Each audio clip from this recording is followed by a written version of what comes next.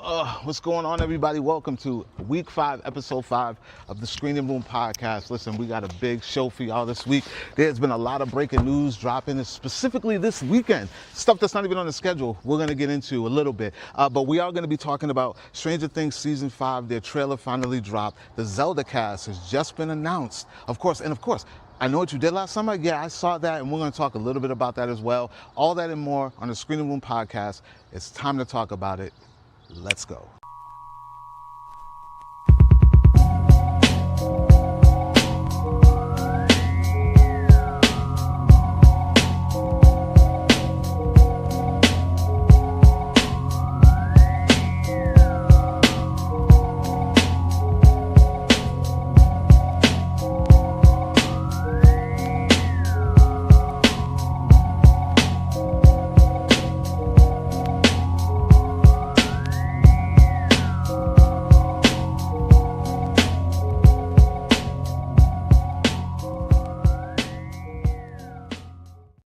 What's going on, everyone? Clef Napier here from WeAreCritics.com, ladies and gentlemen.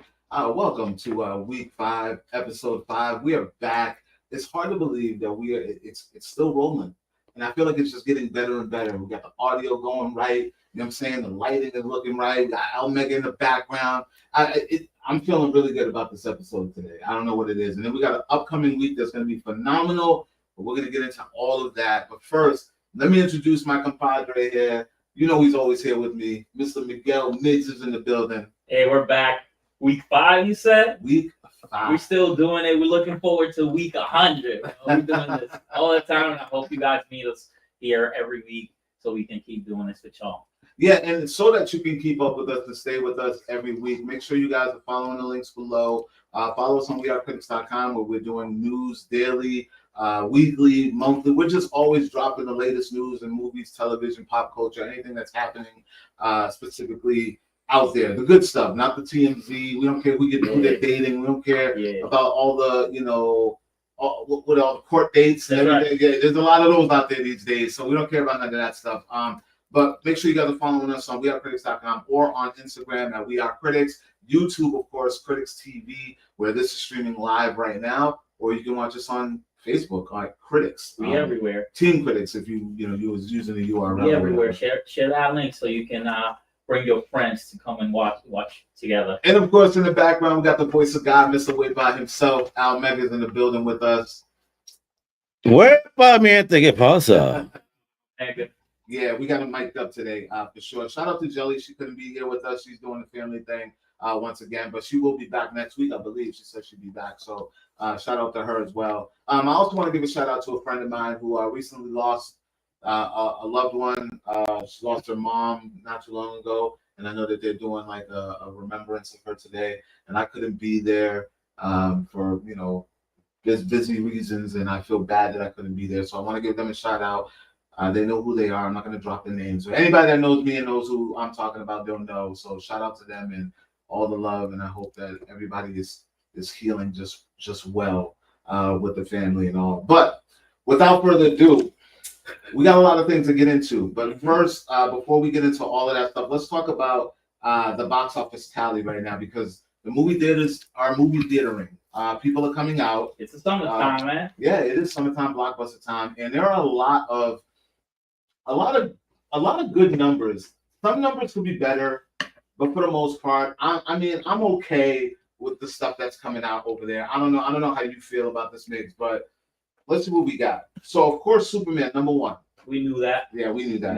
I believe they did 57 million. I contributed to that. Yeah? So you finally got a chance to see it. They got my money. I'm happy I got to see it. And I got to see it in IMAX, baby.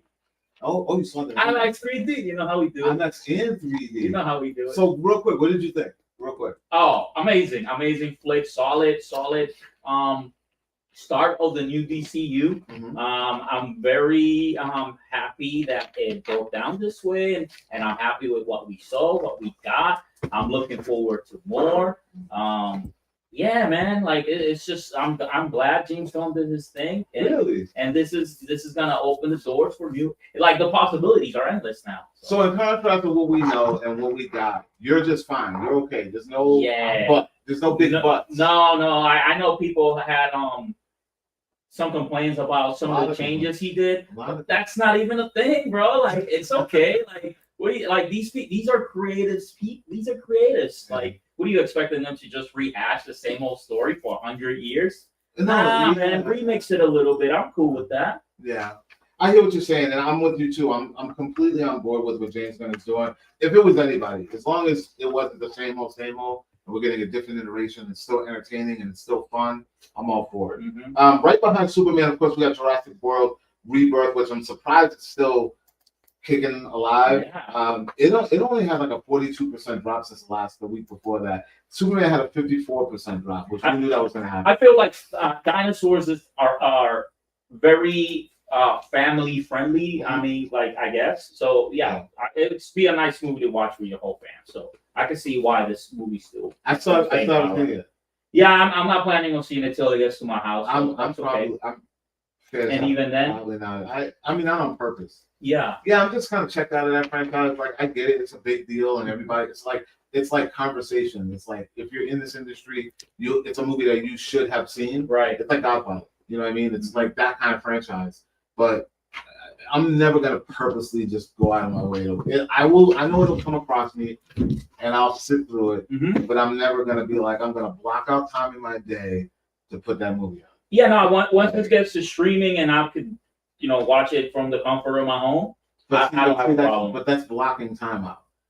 It's on streaming and you're gonna get comfortable. So for you, it's like, oh, it's on FX, and I happen to be sitting on I gotta catch it on FX. What? Or I gotta be around someone that's just like, hey, I want to watch it, and they put it on, and I'm just watching it. Like, it's not that I don't like. I'm just not interested. Yeah, I mean, okay, I'll tell you the truth, bro. Like most of the blockbusters, like I tend to just like throw them on eventually. You know what I mean? Like, and I'm not saying there's no blind spots in my history, but like I tend to watch all the big movies.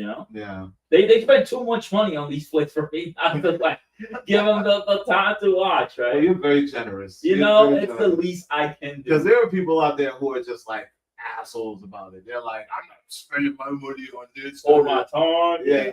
I mean, I'm not that bad. I'll get to it. Mm-hmm. I'm not saying I'm never gonna watch it because I know I'm eventually going to. Yeah. It's like Avatar. Like I didn't rush to see Avatar. I haven't seen the second one. But I have seen the movies, but never on purpose. I got you. Yeah? I understand. The next movie that's on this list, actually number 3, which I'm pretty shocked but kind of happy that it's there. What's that? I Know What You Did Last Summer. And I'm going to be giving you. I already dropped a review for this. I did an out-of-theater reaction and a full review. But we're going to talk a little bit more about it. Niggas have not seen this. Do you care to see this movie? No. You don't care if I get spoilers. You know what? You really want to spoil it? I mean, I'm surprised it hasn't already gotten spoiled.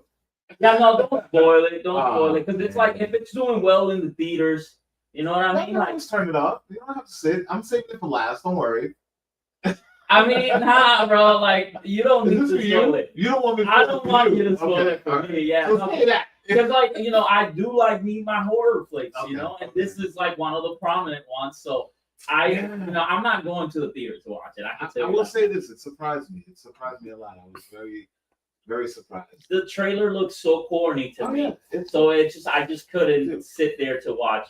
My level of expectations for this film were below the carpet. Mm-hmm. Like I literally, because I was never really a fan like that anyway. Right. Because I always thought that they were copying Scream. No, and I understand, and that's my feelings as well. And not even that they were just like copying Scream. I just felt like the studios got a whiff of the teen Scream genre, and they just all hopped on the bandwagon. Yeah. It was definitely. It felt like a money grab at the time, and it wasn't the only one, right? Like it was just what Urban Legend. It was just what was hot at the moment. Late 90s, like this is what we fucks with this. So yeah, there was a lot of those. But I will, I do have a relation to the franchise, just because like at the time, bro, this is what we was watching, and there is a bit of nostalgia to it, and I understand some of the cast members did make a little bit of a return to it. Let's let me give you these numbers though, because Rebirth did 23 million over the weekend, which is not bad, and they came in and they were number 2.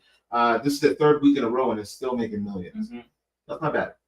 Even for me not seeing it, I haven't seen it, and it's still making millions, so it shows my vote don't count. I know what you did last summer, 13 million from Thursday to now, and they are only 1 weekend, and they came in at number 3. Not a bad look for a horror movie in the summer. Not at all. Not a bad look. Not at all. To be number 3 as a horror film. Yeah. I mean, see, and that's and up against the Superman. That's what I'm saying. That's the importance of like bringing variety and like being able to stand on your own, even against giants, right? Like, hey, it's a comic. You got a comic book movie. You got like a family-friendly flick, and then you have a horror movie for the people that just might not be into the other two. You know? Yeah, or people that don't have families. And there you go. They're just all about the thrashing. There you go.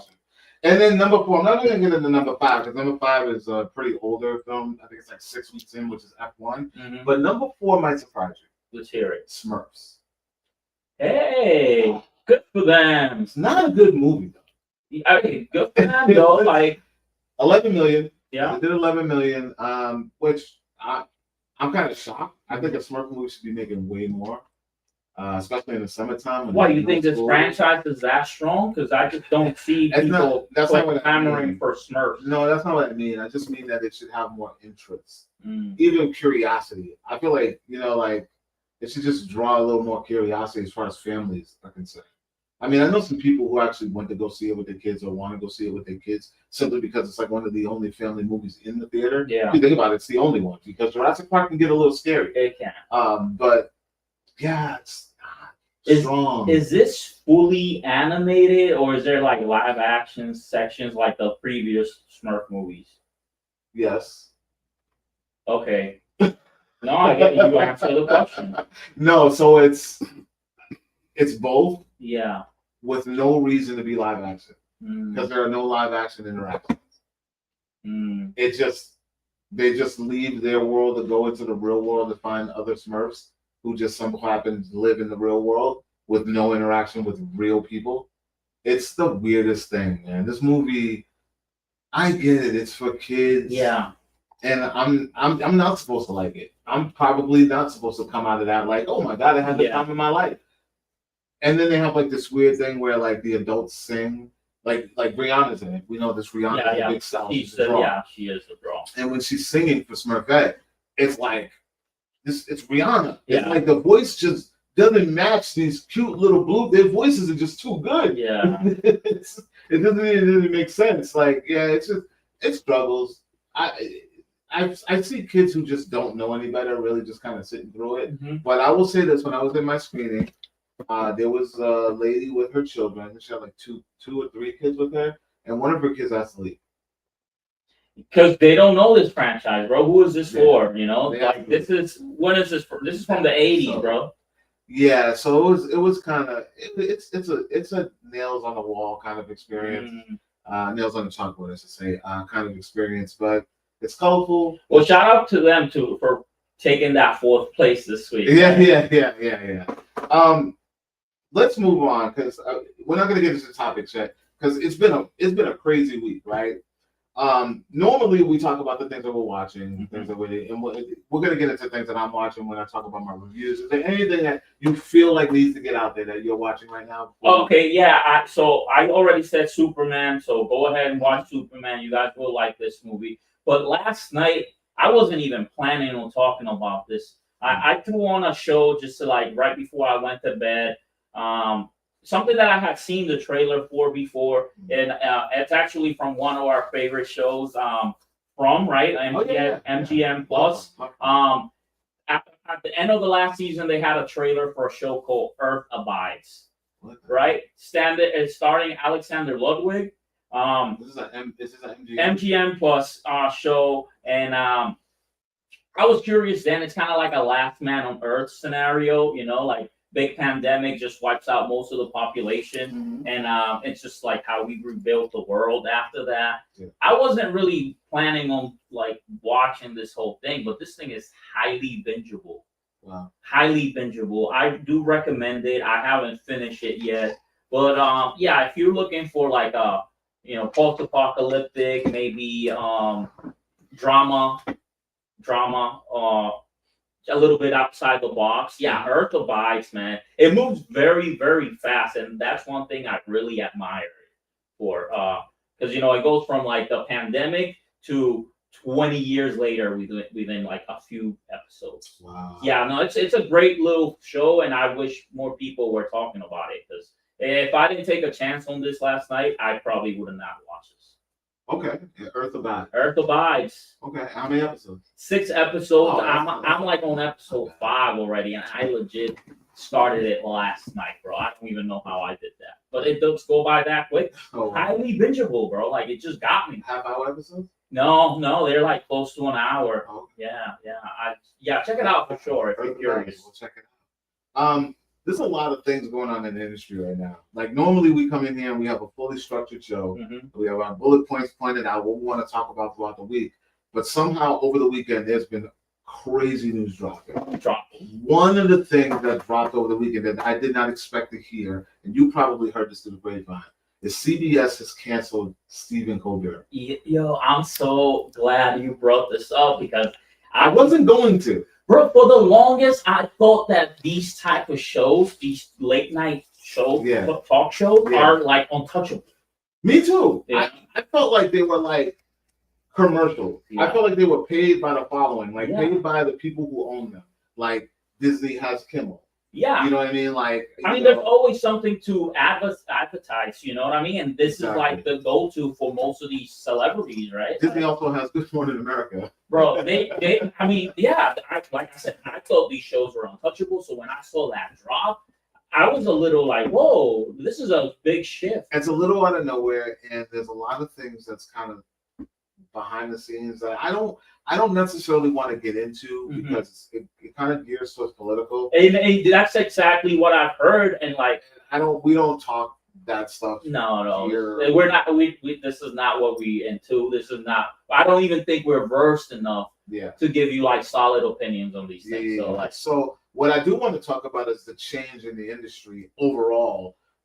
When you have platforms like this, and then you have platforms like, say, The Breakfast Club, or your platforms, everybody's got a podcast, right? Everybody's doing their thing. The talk shows. I mean, you can even look at like a Kai Cenat, who's had like the biggest names. Oh, huge run, bro. He's on a huge run these days.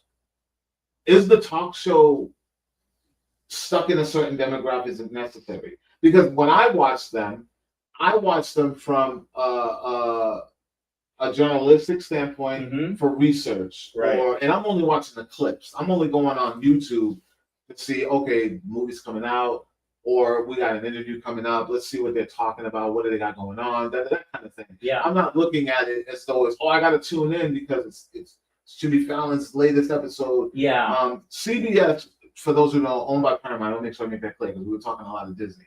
This is not Disney. This is Paramount. This is CBS. They just canceled this show. And they say it has nothing to do with ratings. It's all about money. Yeah, they say they're losing like $40 million a year on it or something like that. Which doesn't make sense. If you're not having bad ratings, then how are you not making money? I don't know. I just don't know. It's just like you said, it doesn't make sense. If you're having solid ratings and you're selling ad space, what is the problem? And that's the stuff that... What is the problem? Now, I do get like... You mentioned in talk shows have gone through a massive evolution over the last 10, 15 years, right? We all grew up with like the Ricky Lakes and the Jerry Springers, right? But now this type of format, like what we're doing right now, this is what's running the industry, right? Yeah. Shout out to Joe and Jada, right? Because like that's a new talk show that I've been watching. Love them. You know what I mean? And like it's just like that's the new energy that these shows need to have. Yeah, Drink Champs as well. Drink Champs, bro. I mean, it's so many different genres of this platform. And it's not even just to like shout us ourselves out, but that's literally where the industry is. Yeah.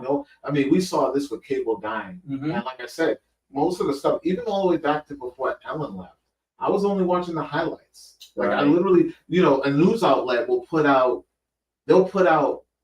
a clip, a soundbite on social media. You see it on like Hollywood Unlocked, you see it on like Shade Room, and then immediately we go to YouTube.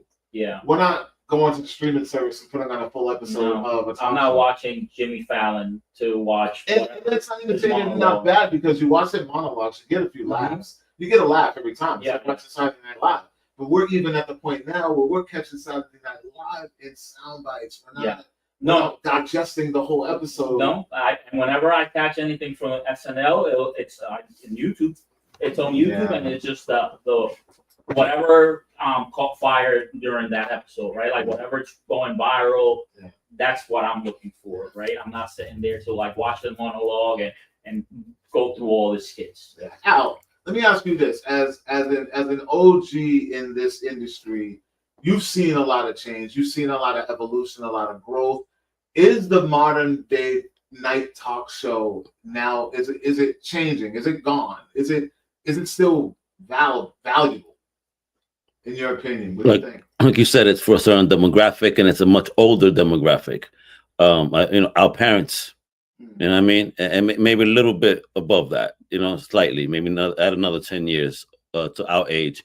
That's a demographic that maybe still tunes in, and that's a dwindling demographic. And the youngins are going towards the internet, the YouTubes, the Twitches, the Rumbles, everything that's out now. Everybody's on a different platform, because again, we have exclusive people on certain platforms, and like you said, they clip it, on purpose. If they're on Rumble, they clip it on YouTube, they come to my platform. So yeah, the game has changed. Do you find it justifiable though that CBS is just yeah, you know how I feel. I know we don't talk those things, but yeah, man.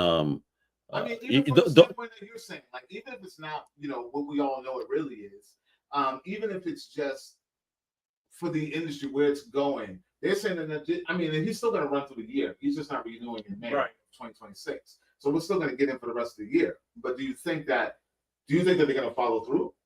Oh, for sure. If they announced it, this show is gone. I mean, they've done that before. Didn't they announce that somebody was leaving and they kept them on a little longer? I think it was before Fallon took over. Leno, maybe, I don't know. Was it? It was somebody. I don't know. It was someone that was supposed to leave, and then they didn't leave like right away. I'll keep it a buck with you. Like last time I care about any of these shows was when Conan was doing his show on TBS.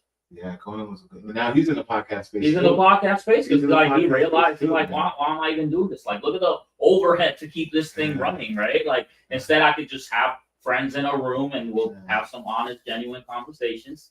Yeah. And people will gravitate towards that because I do. Yeah.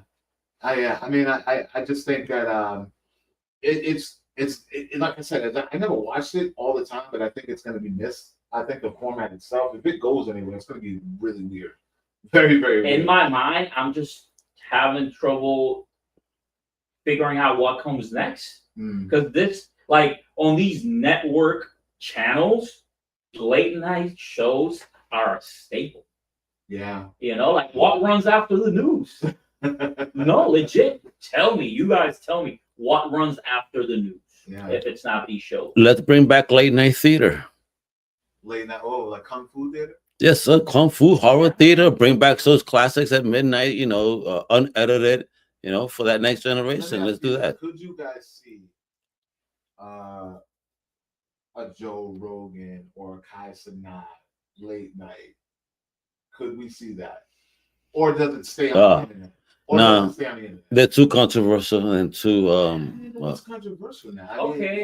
Everything you sneeze is controversial. Exactly. So this has been tried before, right? Like they gave Lily Singh a late night show, and she was I'm not gonna lie, I used to love that. You know who else I used to like? Chris Gethard. I know you were a fan. I was a fan. I don't know what. So they have tried this before, given like the new generation of celebrity, too soon. You think it's time to try it again? And if I'm not mistaken, Lily Singh was happening around the pandemic. Yeah. Well, her show went for a few years. Really? Yeah. I just remember catching it during the pandemic. And it was weird because it ran like a podcast still, and I'm pretty sure it was like all her people, they were producing it and they were broadcasting it on it was on Peacock. Right, and then it was the late night, like really late night on NBC. Listen, I was all about it. I tuned into that show. I feel like that show taught me a lot. in the space. Right. Just the way that they formatted and what they did. I guarantee, I recommend if you people want to learn, if you're just starting out in this kind of thing, or that's definitely one of the shows that I would reference to, just to kind of get a vibe and see how it could be done. Because that's essentially what we want to do here. Like, we want to have the talk show vibe, but still be free to just talk how we talk. Podcast setting, but still. Freedom. We have our freedom to express ourselves. So I think it could happen. I think that might have been a little too soon. Yeah. Because they were breaking rules. You know what I mean? They weren't really traditional talk show format. Yeah. It was more or less what podcasters do. You have a guest on. She was doing Zoom interviews. I remember that. She was doing she had the TV set up, and she was doing it was just a different time. I don't know. I think. Maybe, I don't know. Or maybe podcasters like us are going to just start doing it on their own, on platforms, and that's how you're going to, these celebrities now, they're reaching out to people like us. They're not just reaching out to the major broadcast system. So I'm extremely curious to know what that time slot is filled with, because that will be telling about how the other networks will move. You know what I mean? Like, why should we pay Kimmel and Fallon $50 million a year if this other show, whatever they do? Because they're good. I'm just saying, if another show replaces it and they don't really skip a beat. But let me ask you, I do remember Kimmel had tried to go the podcast route, and that didn't really pan out. Remember, it was like him and all the other late night guys that got together. They did have that was during the pandemic too. Yeah. So it doesn't work both ways all the time. I don't know. You guys let us know what you guys think about the cancellation of Stephen Colbert. Is it justified for the industry reasons? And if not, I'm sure we all have our own opinions about what it's really about. But is it justifiable? Is this a smart move? Do you think that CBS is going to follow through with it? Because I honestly, I don't know. You still don't think they're 100% in it? I think that if it ain't Colbert, they might find someone else, or they might just extend the contract until they figure out. They said the Late Show, which was started by David Letterman way back when, is canceled, bro. Maybe a change of format. Maybe just this is a staple, bro. Listen, it's been on for what, 30 plus years? I think it's going to be a change in the overall programming. Something different is going to come. Something new in that vein. I don't think they're just going to wipe out the late night format. Yeah. Maybe we will get something like what we've seen before. I don't know. You guys let us know in the comments below what you guys think about that, and we'll probably talk more about it again. I know what we're getting. Remember that guy? I'll buy that for $1. I thought you said they were gonna syndicate us out. All right, let's get to this next thing. It's not a topic yet, Al, but there's another thing that's kind of buzzing on the internet now. We're just rambling right now because this is stuff that's just breaking news right now. Kevin Feige, the man, the myth, the legend. I call him Dad sometimes. Okay. The man behind Marvel Studios. I call him Kev. He locked himself in the offices of Marvel Studios with a bunch of outlets and just started spilling the beans. Not in a bad way. Yeah. He's just kind of updating us and getting us ready for what's to come in Marvel Studios right after Fantastic Four hits, which I will be seeing tomorrow night. I'm trying to get Migs to come. I'm trying to go. I'm trying to make it happen. Tomorrow night we will be seeing the Fantastic Four. See this man right here. Yeah. I'm gonna read some of these quotes. This is all the stuff that's been dropping within the last 2 hours, maybe. And I want to get your vibe. Okay. You too. If you want to chime in out, please feel free, because first thing that I saw pop up on Twitter, right? Kevin Feige says the current plan they have for the MCU is a 7-year long one. I think it goes, this is in quotations, I think it goes to 2032. I love the ambition, and I love the ambition, and I'm glad they have a solid plan. You know, I'm a wrestling fan. You guys know this. And I love when they have like a story, loosely written or written in pencil that they can like make quick changes, because like you never know what may happen. Something that you may have planned for like year 5, or year 3 just might not hit how you expect it to hit, and it will affect what happens in year 7. We've seen that happen. So like, it's nice that they have a plan, but you need to also be versatile and be flexible to adjust as things present themselves. Al, do you think the days of Marvel pre-planning ahead for films is long gone? Should they just be going movie to movie, show to show? No, pre-plan, man. Build the story. Bring back the epic. This is what made that Infinity, that first, the phase 1 so great. So, work on it, but give us people what we want. And I think that's kind of what people saw in Superman, a little something that we want. Like, keep the superhero stuff in it. You know what I mean? Don't get too serious. Don't be so grounded in reality sometimes. Bring us the mythic. Let's go, baby. Yeah, I don't know, man. I get nervous because I remember I used to always stand by everything Marvel. I used to it's gonna be dope no matter what. And I still kind of have that in me. Like, I show up no matter what. Right? No matter how bad it looks, no matter how bad people think it's gonna be, their opinions or whatever, no matter how people walk out of it, I always find something it's like my stories. I tell people all the time, Marvel Cinematic Universe is like my stories. Mm-hmm. People watch General Hospital, no matter how cheesy. You watch the MCU. I watch the MCU. I don't care. I just need to know what the next chapter is going to be, what the next storyline is going to be.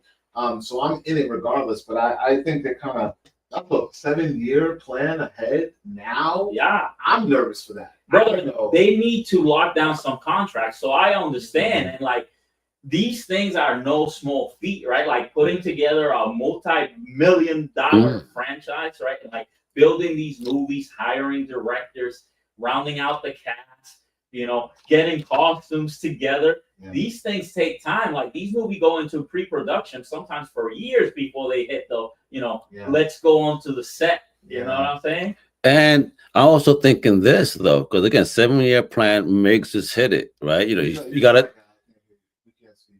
Well, no, what I'm saying is this. So, for example, that like Migs was saying, you got to have the actors, directors, and with what James Gunn has just done with Superman, it's going to put them in a position like, yo, wait a minute, people will want to flock to start working with that Gunverse. Hold on, let's try to lock down some A-listers before they go over and flock over to DC. Yeah. And they are flocking, and that's going to be the problem too, because now you're going to have some of the same people on both sides. Yeah. It's going to be weird, man. I miss the days when Marvel used to break stars. And you know what? They need to get back to that, especially when they have such a 100. They have such a huge cast to round out in the next few years, right? Like, we're talking introduction of the X-Men, bro. You have a huge opportunity here to create 5, 6, 7 stars, right? Yeah. I mean, you could go back to a tried and true, face, or you can, make the next Chris Hemsworth. Yeah. Next quote that he says, Kevin Feige has confirmed that Deadpool and Wolverine will return in future MCU projects. Yeah, of course. Those are bear shit in the woods. Like, yeah, bro, this movie made so much money. It was like one of the bright spots of this last phase. And shout out to there's something to be said about when a creative team handles the whole project, right? So like Deadpool and Wolverine, I'm not saying it was solely successful because of the work that Ryan Reynolds did, but I think a lot of that has to do with him just having tight control over everything on that franchise. Yeah, that was all Ryan. I think they just gave him the keys and said, you just got to follow these guidelines, this, but do you? Yeah. And I mean, it worked for them. They had to let it go balls to the wall, and they had to let Deadpool be Deadpool. Otherwise, it would have sank the MCU. Yeah. Like, it would have absolutely have sunk in the MCU. So shout out to Kevin and whoever else was involved with that conversation, because that could have went bad. That could have went bad really fast. But where do you think we'll see these characters next? I was going to ask you the same thing. I'm saying, what do you think? I mean, when it comes to Secret Wars, I don't think there's anyone we're not going to see. But I'm thinking we might see some people beforehand, maybe in a post-credit, if anything. I don't know. I honestly, I know they plan ahead, and I know they do these big announcements, but I don't like to get ahead of myself, and I'm really not even going to care until I know it's coming up. So speculating and trying to figure out, and who knows? Who knows? We just know they're coming. Yeah. Like I said, I guarantee that we're going to see a good 85 to 90% of these characters in Secret Wars. So I would just bank there for now. Mm-hmm. You know what I mean? But let's get to this next one, because this one was pretty interesting, and I don't know how people are going to feel about this one. Kevin Feige has revealed that the Punisher will be different tonally in Spider-Man Brand New Day. What does that mean? Does that mean we're getting villainous Punisher? Or does that mean we're getting washed down Punisher? I've seen, I've seen some of the set pics from the Punisher special presentation. Yeah. And we got a Frank that looks very much like the Frank we saw in Daredevil Born Again. Yeah, I'm confused. Like, here's the thing about what they keep doing with the Punisher character that I'm not really a fan with. He never has a consistent look. From when we first got introduced to him in the Daredevil series, he was comic book Punisher. Yes. Clean cut, ready to go. Then he got his solo show, and he like this washed up nomad. Yeah. Like it looked like, we were watching like an episode of like it's just Murto doing his thing. Yeah, like he was like a streetwalker, and he just, wherever he falls, wherever he lands, wherever his hat lays, that's where he's gonna be for the moment. And then we got a little bit of Punisher back. Then we get Daredevil Born Again. He's back to Punisher again. And then we see the special presentation, and he looks homeless again. He looks homeless. Like I'm just confused on what are they trying to do with this character and portray him as, and so I don't know what they mean by that. He's gonna be tonally different. I'm nervous. I don't think they're gonna nerf him.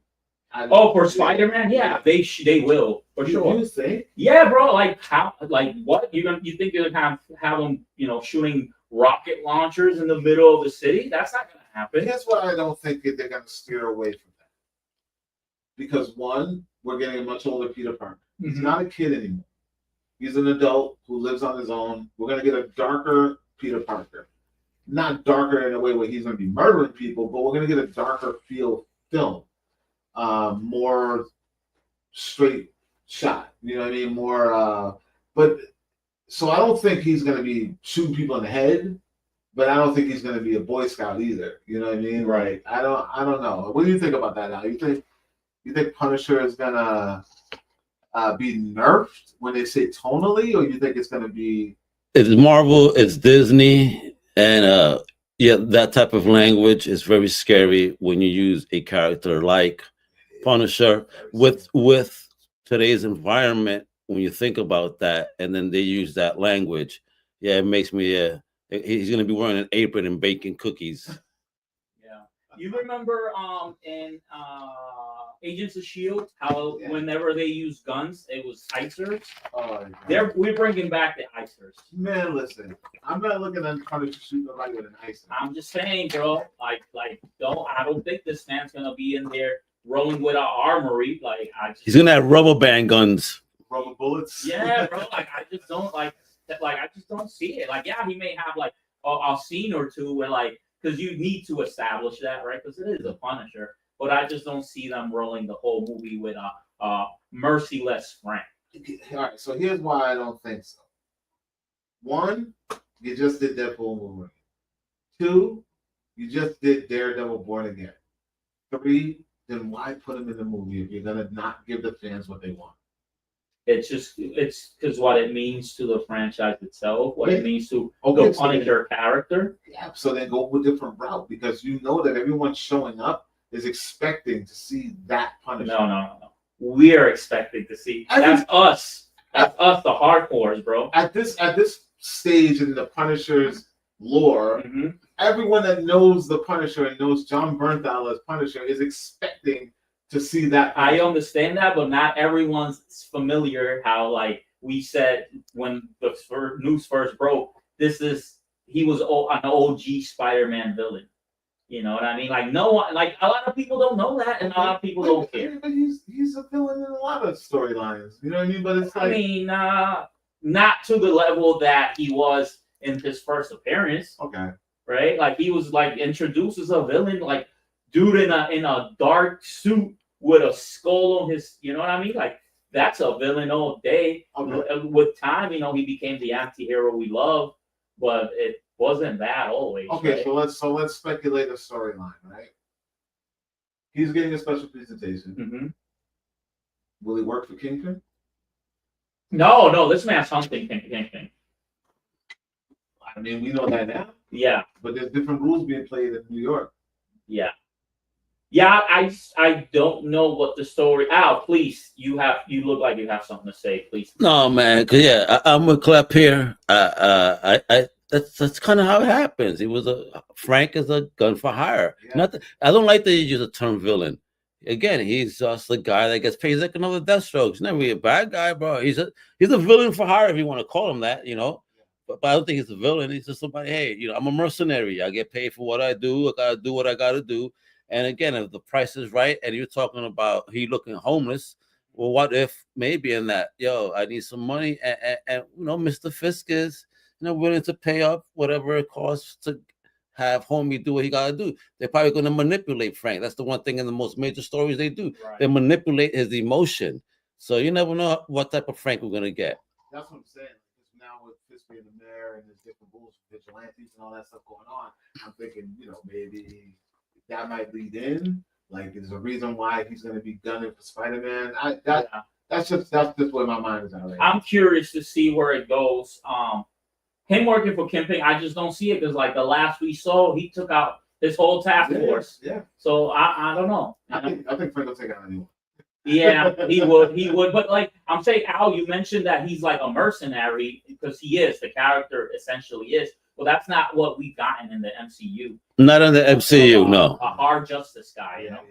Yeah, he is. Yeah, he is. I don't know. That's just one of the many things that Kevin Feige. I'm gonna give you maybe one or two more. Give me the Blade one, bro. Give me the Blade. Well, that came from you. Okay. Actually, I pulled that up right here. Yes, please, because I feel like you read that out on you. Okay, I'm just going off the dome, right? What I saw Kevin say was he wasn't trying to rush for Blade because he didn't think it was fair to Mahershala Ali to just put him in some leather and have him killing vampires with no solid story. And I respect that. But I also understand that time is of the essence.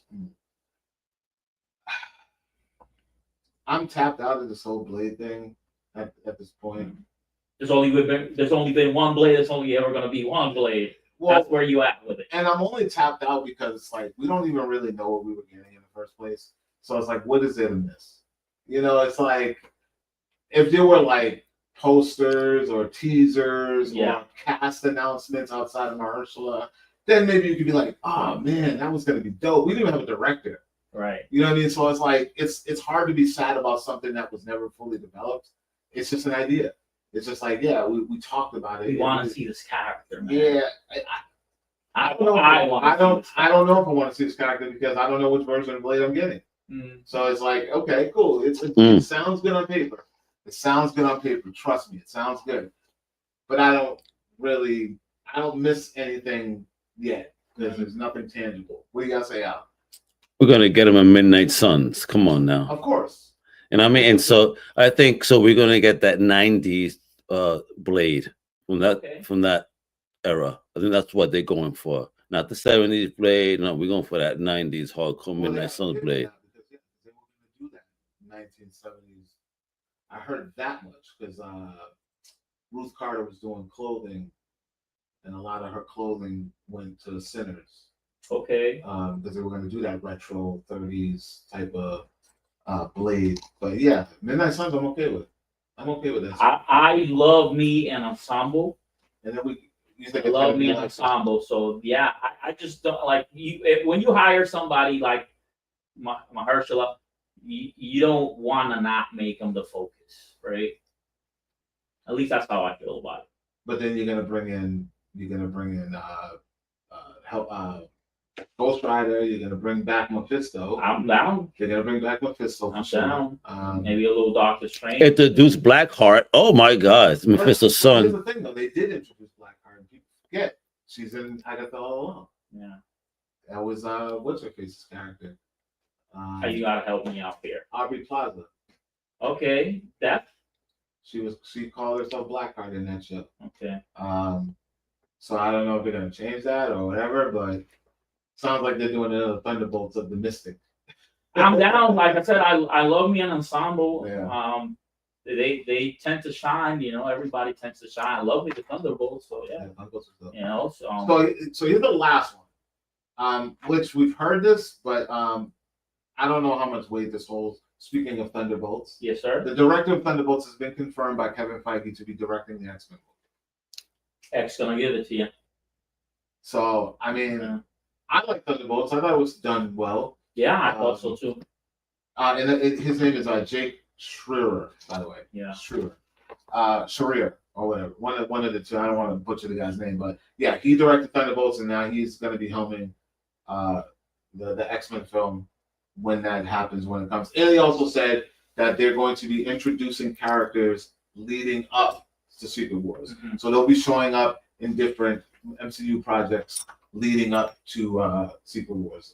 You know, they've been sprinkling the mutants for the last few years now. Yeah. So, yeah, I'm excited that this man got this job, honestly. He did an excellent job with the emotional story that was told in the Thunderbolts. Mm-hmm. And, you know, the X-Men, you know, the allegory, the original allegory of the X-Men is such a powerful one. Like, you can't shy away from that, right? Especially, not to get political, but like in what we like living through these days, right? Like you can't see, like you just can't see the connection. Like it's right there. It's so plain and obvious. So yeah, this man did a great job looping those strings across, you know, the stories of all these different characters throughout Thunderbolts. So like, yeah, I need to see how emotional, because you know the X-Men at the end of the day, you know, they're being persecuted.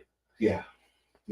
It works out well, and I think he's good with an ensemble. And it'd be interesting to see the mystical art version of the Thunderbolts or Suicide Squad type deal. For sure. So yeah. So ladies and gentlemen, let us know what you think about all this stuff that you're getting Kevin Feige dropped. It's out of nowhere. I mean, I know it's probably part of the press run for Fantastic Four, because a lot of people, we still don't know what we're getting into. Mm-hmm. We're going to be seeing it tomorrow. I'm excited. I cannot wait. But yeah, as soon as we see that, we're definitely gonna let you guys know what we thought about it tomorrow night. So look out for that when we get out of the theater. Yep. Immediately. So now let's get into these. Into these topics here, man. Talk about it. It's been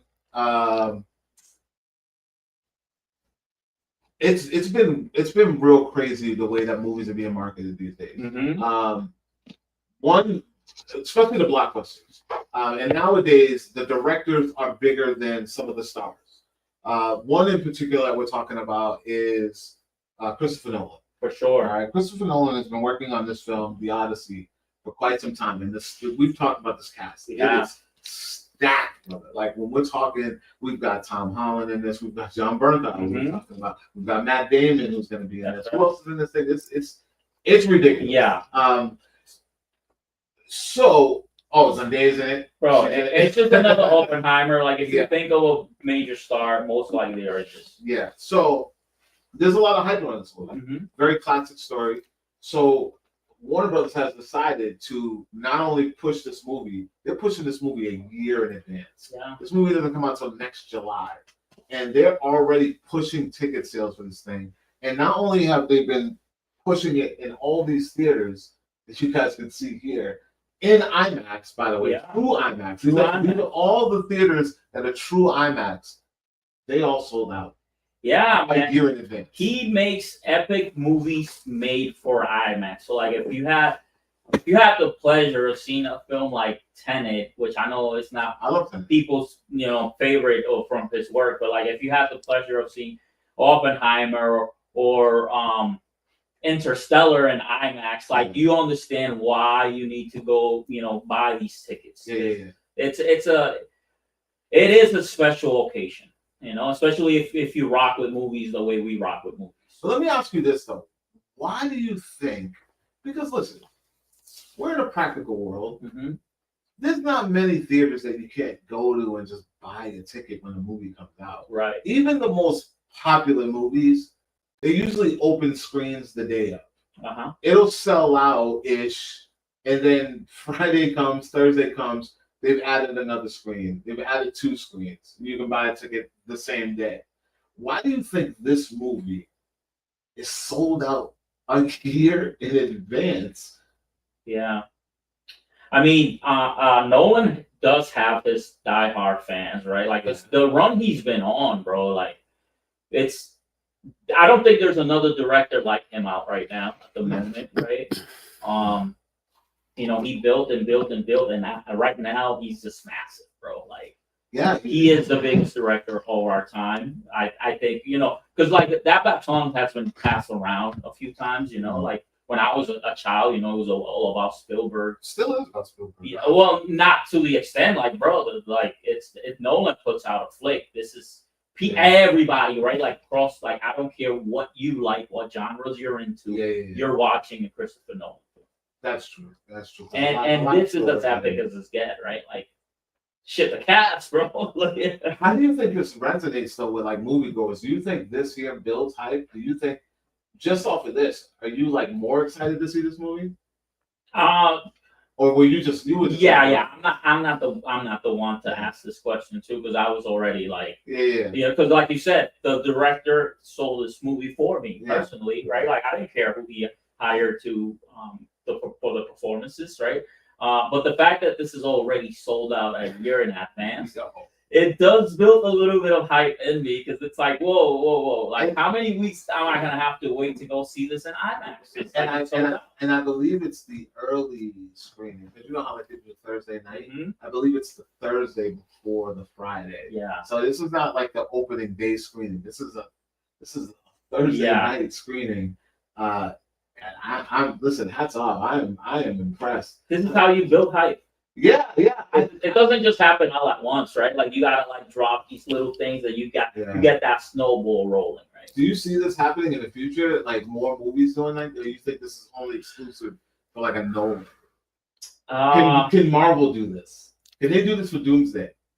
They can do this for Doomsday. I think they can do this. They can do this from Doomsday, indeed. Just as like, also the Russo brothers do have that pool now, so that's right. So people will come out for them. I feel their return to Marvel, and our DJs. Like, let's be serious. You're right. Let's be serious. You're right. I don't think there's much that can stop that momentum, aside of controversial conspiracy theory or something outside of the movie business. A lot of things can happen in a year. Yeah, and that's another thing. You know what I mean? Like, this is ballsy. This is really ballsy, but exciting at the same time.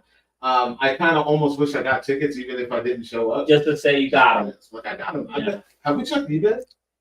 Brother, no, I have not checked eBay, but I'm extremely you want to check curious. eBay to see if Odyssey tickets are on sale? People out here, I think eBay had to change their rules a few years back, just because like scalpers and people, like I know from like I'm familiar with it because like the video game consoles and stuff, how people tend to buy stuff and before they even receive them, they already have them up on eBay. So I think eBay had changed some of the way they allow people. Well, it looks like somebody did.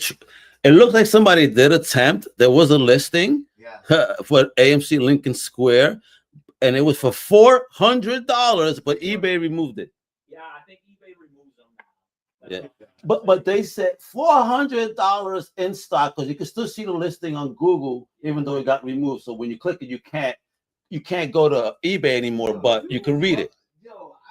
People, come on. Yeah. Y'all put hype on anything. 400. So how many tickets? 400 for a pair. 200 a pair. 200 per ticket. Wow.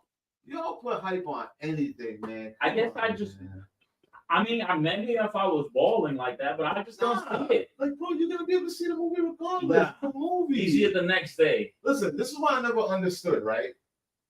We do popcorn bucket giveaways.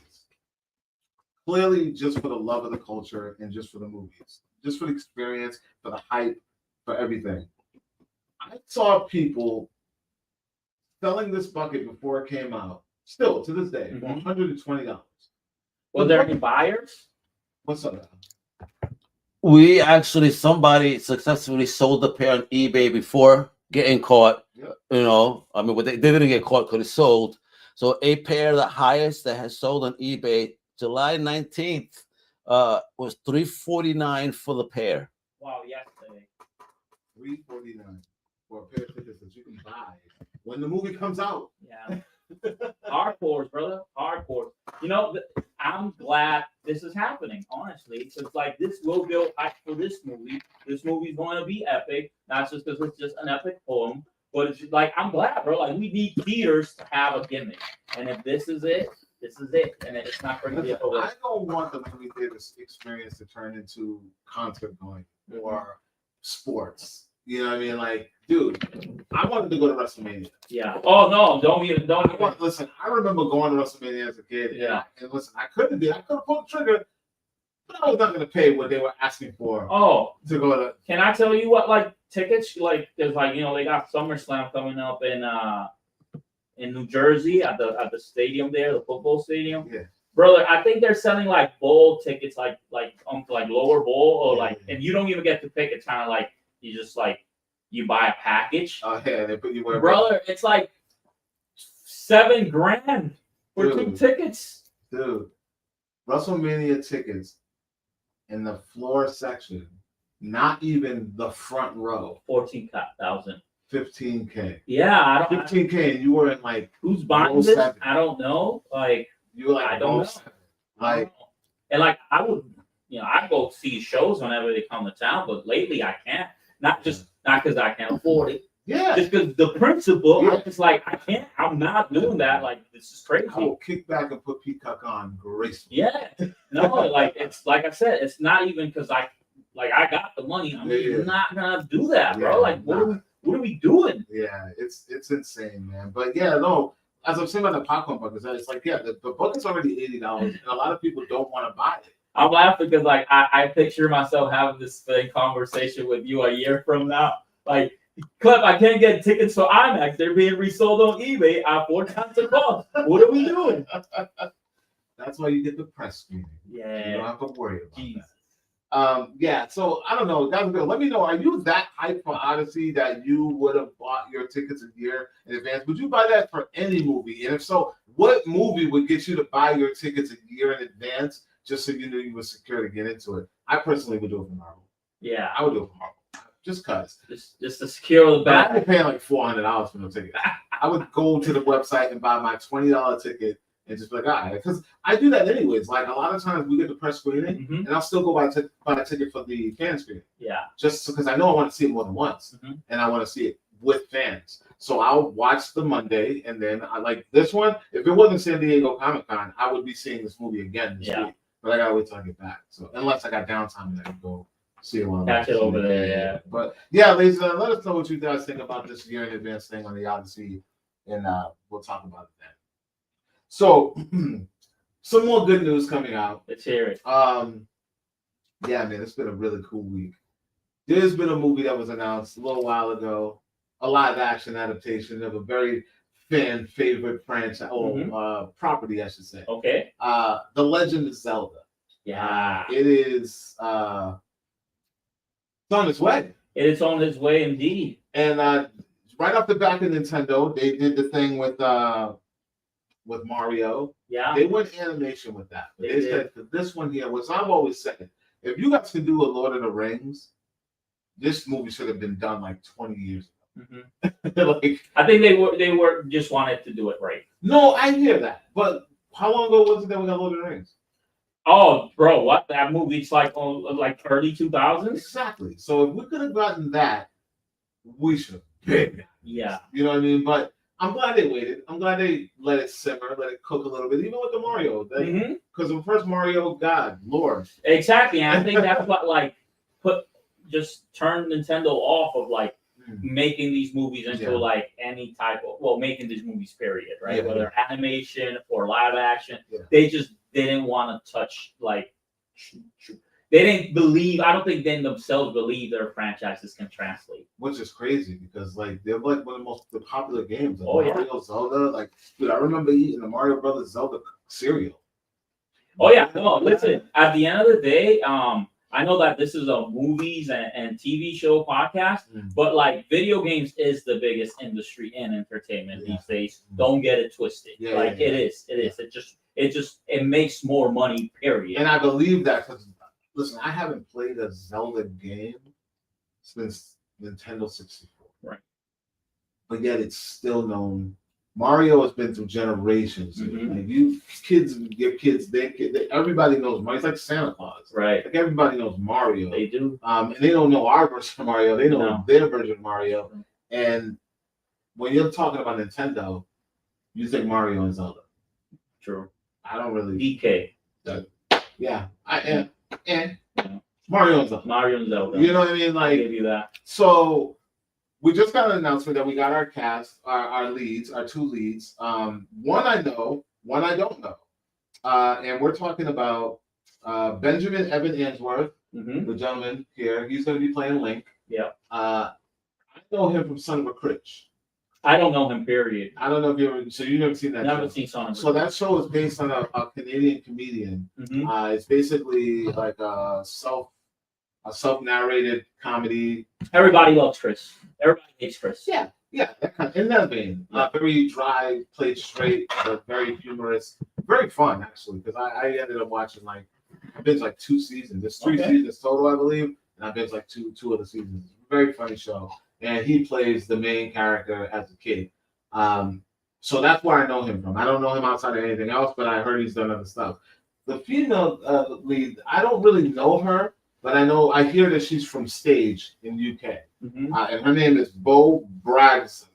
Bo Bragson. I don't know her. So I don't really know what she can bring. She's definitely got the look. Yeah. I think both of them got the look. You think they're going to dye his hair? Of course they're going to dye his hair. Yeah. Oh, I mean, they're going to throw a little cap on his head anyway. So, he's going to be rocking that green little, like he's going to bed, old school going to bed pajama. Yeah. I'm really excited for this. You are. I'm probably more excited for this than the He-Man movie. Do you know that for this movie, Nintendo got in bed with the ops? What do you mean?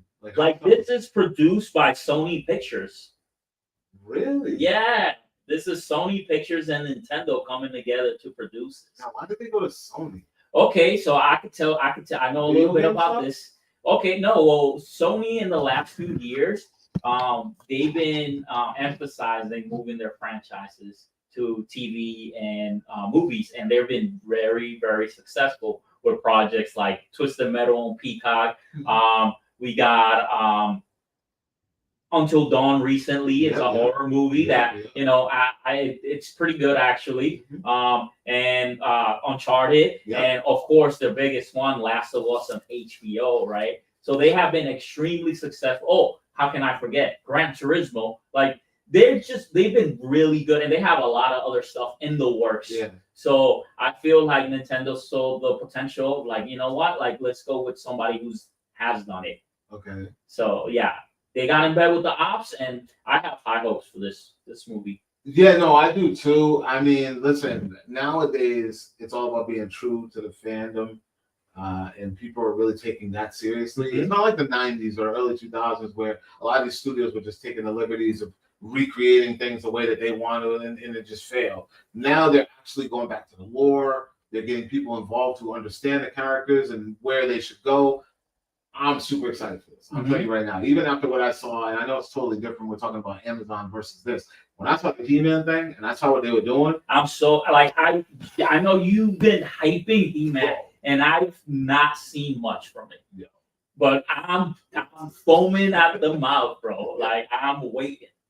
I'm talking true adaptation, bro. Like if that's what we're gonna get with this, I mean, they nailed it with Mario. They did. They nailed it, dude. Like it's so much, like so many callbacks, so many Easter eggs, so much like just stuff, everything, all the way down to Mario, from the old to the new. Yeah. They gave us everything. They even gave us a little side scroll. I enjoyed it. I very much enjoyed it, and it's not my type of movie. Yeah. So I'm looking at this like I think this is going to be special when this drops. I can already see this going to have a massive rollout.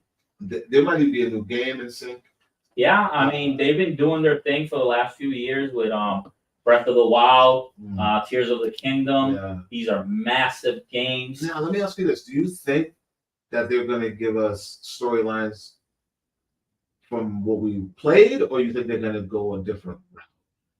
Listen, I don't know Zelda that deep. Really? Yeah, I don't know Zelda. I played some Zelda, but it's Yeah. never been my jam. Okay.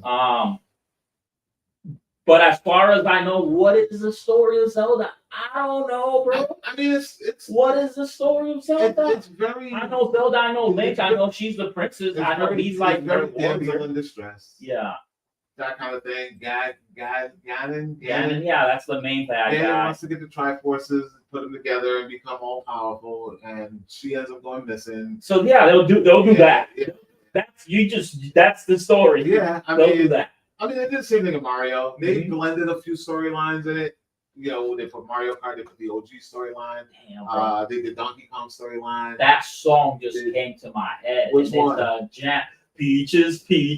Oh, yeah. Damn, bro. Holy, I'm listening to that after the show. There was another one in there too. The DJ was putting me on the whole get married thing. That was from a different game too. There was like 4 different storylines. Yeah. They put every storyline in that Mario movie except for Mario 2, which is what I'm hoping the new movie. That is like my favorite Mario. It was all a dream. I love Mario 2. Please incorporate Mario 2 storyline in that cartoon. I love that story. I want to see those characters. Okay. I just think it was just different for the time. Completely different from all the Mario games. I was like, these characters, everything that they're going against, like, what are these things? There was nothing like the mushrooms and stuff that were. So you know that's a reskin, right? Yeah. You know that's not an original Mario. Yeah. I heard that they changed that. But yeah, so I'm excited. Yeah. I can't. Yeah, this will be big. And this is geared towards, like, you know, its audience, right? Yeah. PG-13 or maybe even PG. I don't think it'll be PG-13. Just PG. Yeah, if it's PG, bro, like it has very high potential. Yeah, I'm excited for you. You guys all let us know what you guys think about the Legend of Zelda casting. They got their 2 leads. They got Link. They got Zelda. It's going down. Like at this point, what's left is what, a director? We don't even have a director yet. Not that I know. Yeah, so we're gonna get a director next, and then maybe we'll get a synopsis and storyline and go from there. You guys let us know what you think about that. So we're coming up on a busy week, man. We're running through it though. I'm excited about this week. Al, I know you're excited about this week because we got some things coming up, and we're going to talk about the things that we got coming up, because this week coming up, ladies and gentlemen, is what we wait for every year. It is the start of our summer. Right. The con season has begun, and San Diego Comic-Con is on its way. It begins, I mean, literally kind of begins tomorrow, but the festivities don't really jump off until like Tuesday-ish, Wednesday. Mm-hmm. Me and Al will be flying out Wednesday. We're landing Wednesday in San Diego. We're going to be covering San Diego Comic-Con. So we want to let you all know what's coming up at San Diego Comic-Con and what to expect. Al, you have our schedule already put out, right? Like you've been kind of spearheading, you know, our festivities, because they just keep coming in like rampant. Like Al's been telling me he's getting like 100 emails. Bro, I've deleted like 1,800 in 4 days. Jeez, man. And, you know, me and him, we kind of bounce back and forth. Like, I'll be like, I got this. He tells me he's got that. He's like, he's going to throw it in the calendar. And then we just kind of sort where we're going to be. There's going to be one day where I don't even think we're going to be together for like most of the day, because he's got things, I got things. Man, I work. Dude, love it. Thursday, let me tell you, Al, how many things are on Thursday alone? Well, that's the whole craziness that I'm trying to understand. Because first we land on Wednesday, so our festivities begin the moment we land. You know, hopefully I have to make sure it's secure. I got Chris Messini, White Cat Entertainment, talk about books and awesome stuff's going to be happening with his IPs.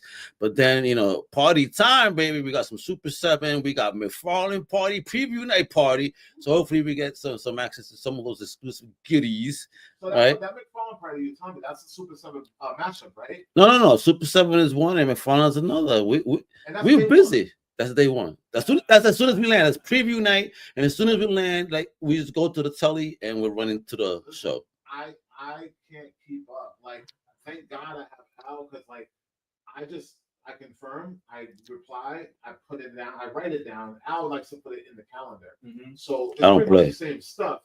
But like I'm gonna show up and just look at the calendar. I can't pre-think about what I gotta do until I'm boots on the ground. Right. If I'll lose my mind. So much, yeah. I didn't even know. I thought that was one thing. So now No, you see.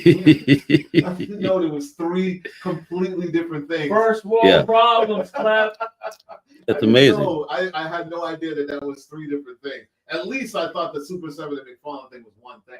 But now you've opened. I've opened your eyes, Yeah. but again, you know, and then the next day I was stuck. But our days still not very good. We're gonna have our bellies full because we're going to the Hasbro brand preview breakfast, and they know how to put out a breakfast. I'll tell you that much. Yeah. I don't know if you want to chill with me or what you got, but I got Comic-Con Museum, have a little tour of what's popping over there, hanging out with the amazing Dave Elliott. He got a dope project and hang out with a panel with him.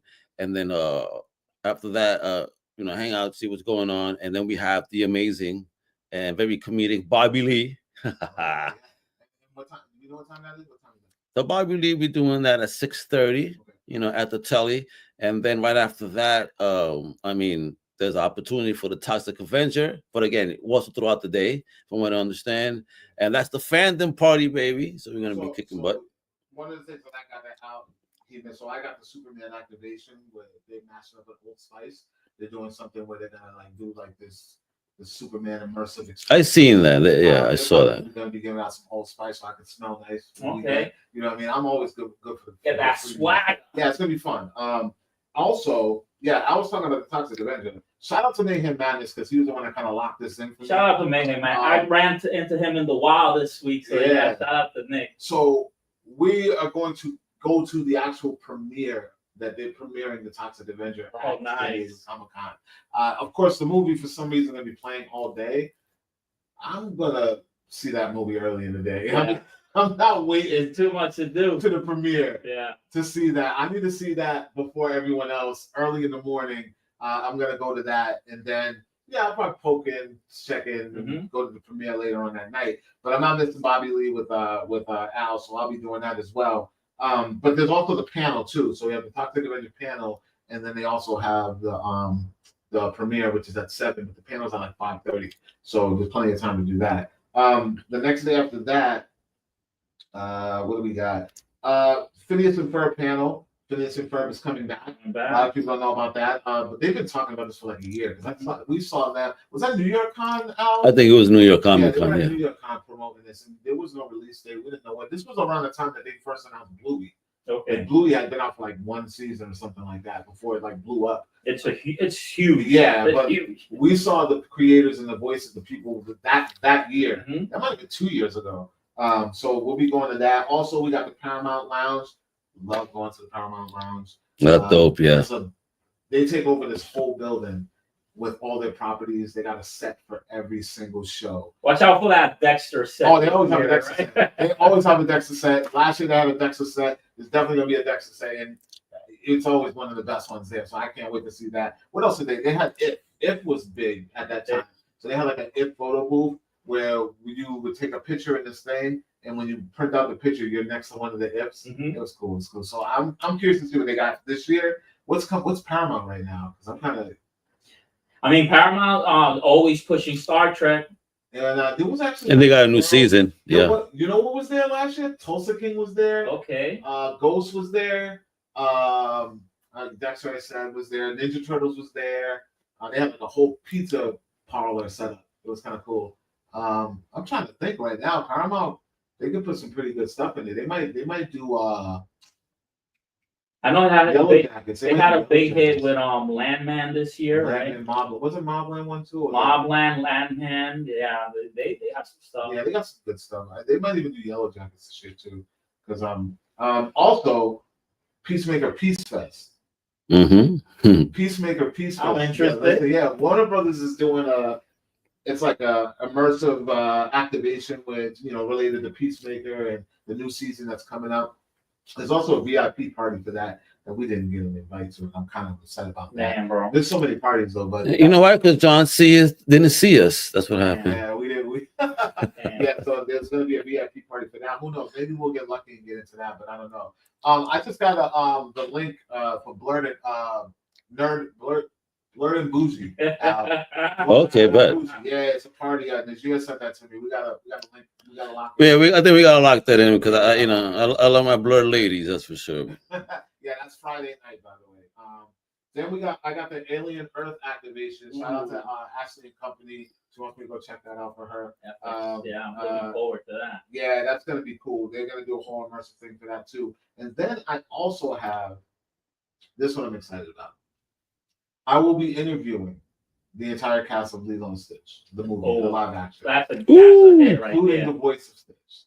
Again, shout out to Ashley and Company.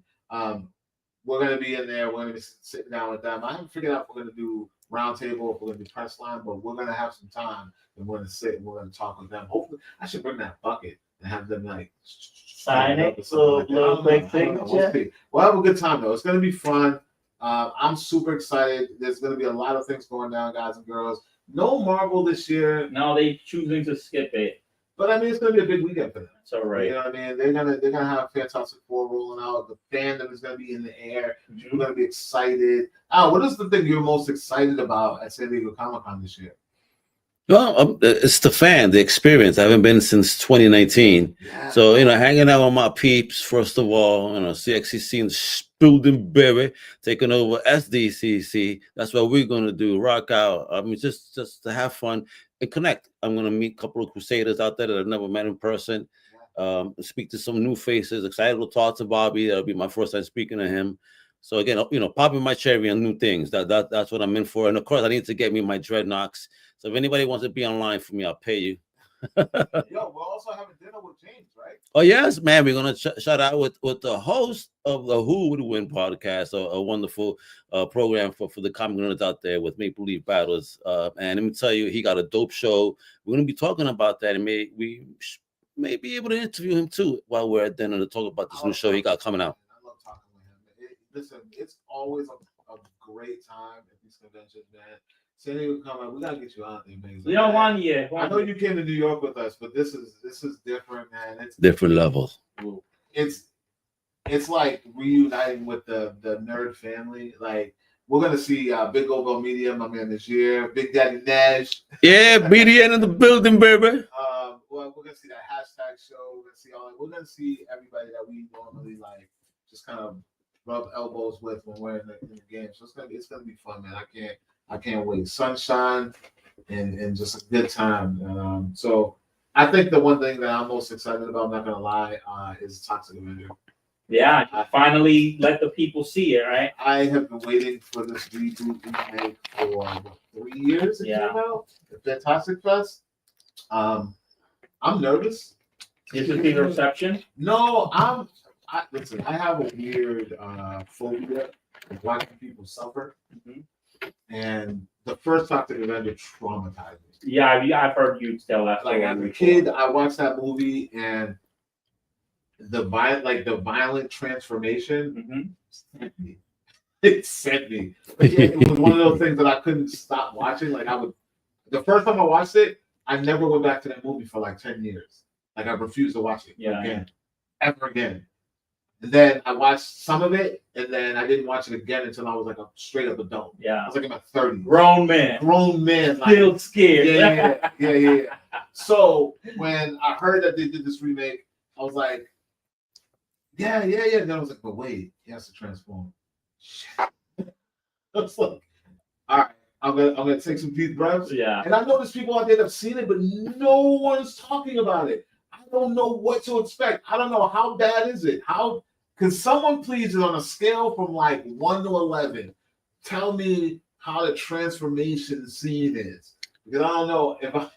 You don't know if you want to experience it. I don't know if I can deal with it, bro. Like, I might watch it. I might have to like close my eyes and like walk out, bro. Like I don't do well with like good people just suffering physically. I just can't. Nah, I can't do it. So Cleb, I have an honest question. What's up? When you rewatched it in your 30s, did you watch it alone? I did. He was terrified, poor man. No. 911 on speed dial. No, I watched it in my mind. I'm talking about it's just a movie. You know what I mean? Like, And these are effects. It holds up, but yeah, it was like, all right, this is a little cheesy. I was 5 years old when I saw it the first time. Yeah. I don't know what my dad was thinking. He's like telling my mom, it's a superhero. This is fun. It's a superhero. You're gonna love this. Like, what are we watching? And I'm like, yeah, it's a superhero.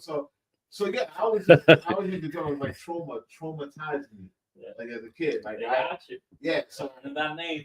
So it's the kind of thing that just sticks with you. You know what I mean? So now I'm ready. I'm ready to go into this new one. And it's like I hope, you know, how everything's just got to be eddied up these days, man. Like they can't just.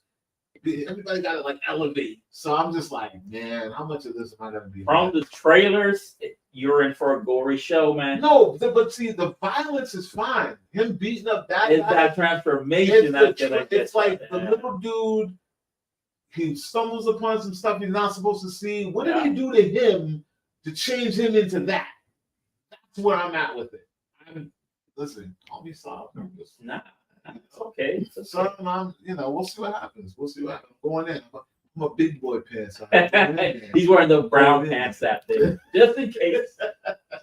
He's gonna be asking everybody, "Can you come with me to watch this film?" No, but I'm still. You're gonna be there. You're gonna be right there. So, I'm gonna stay a seat over. I'm not being grabbed by anything, bro. No. So I can't wait to see what happens with Winston Goose.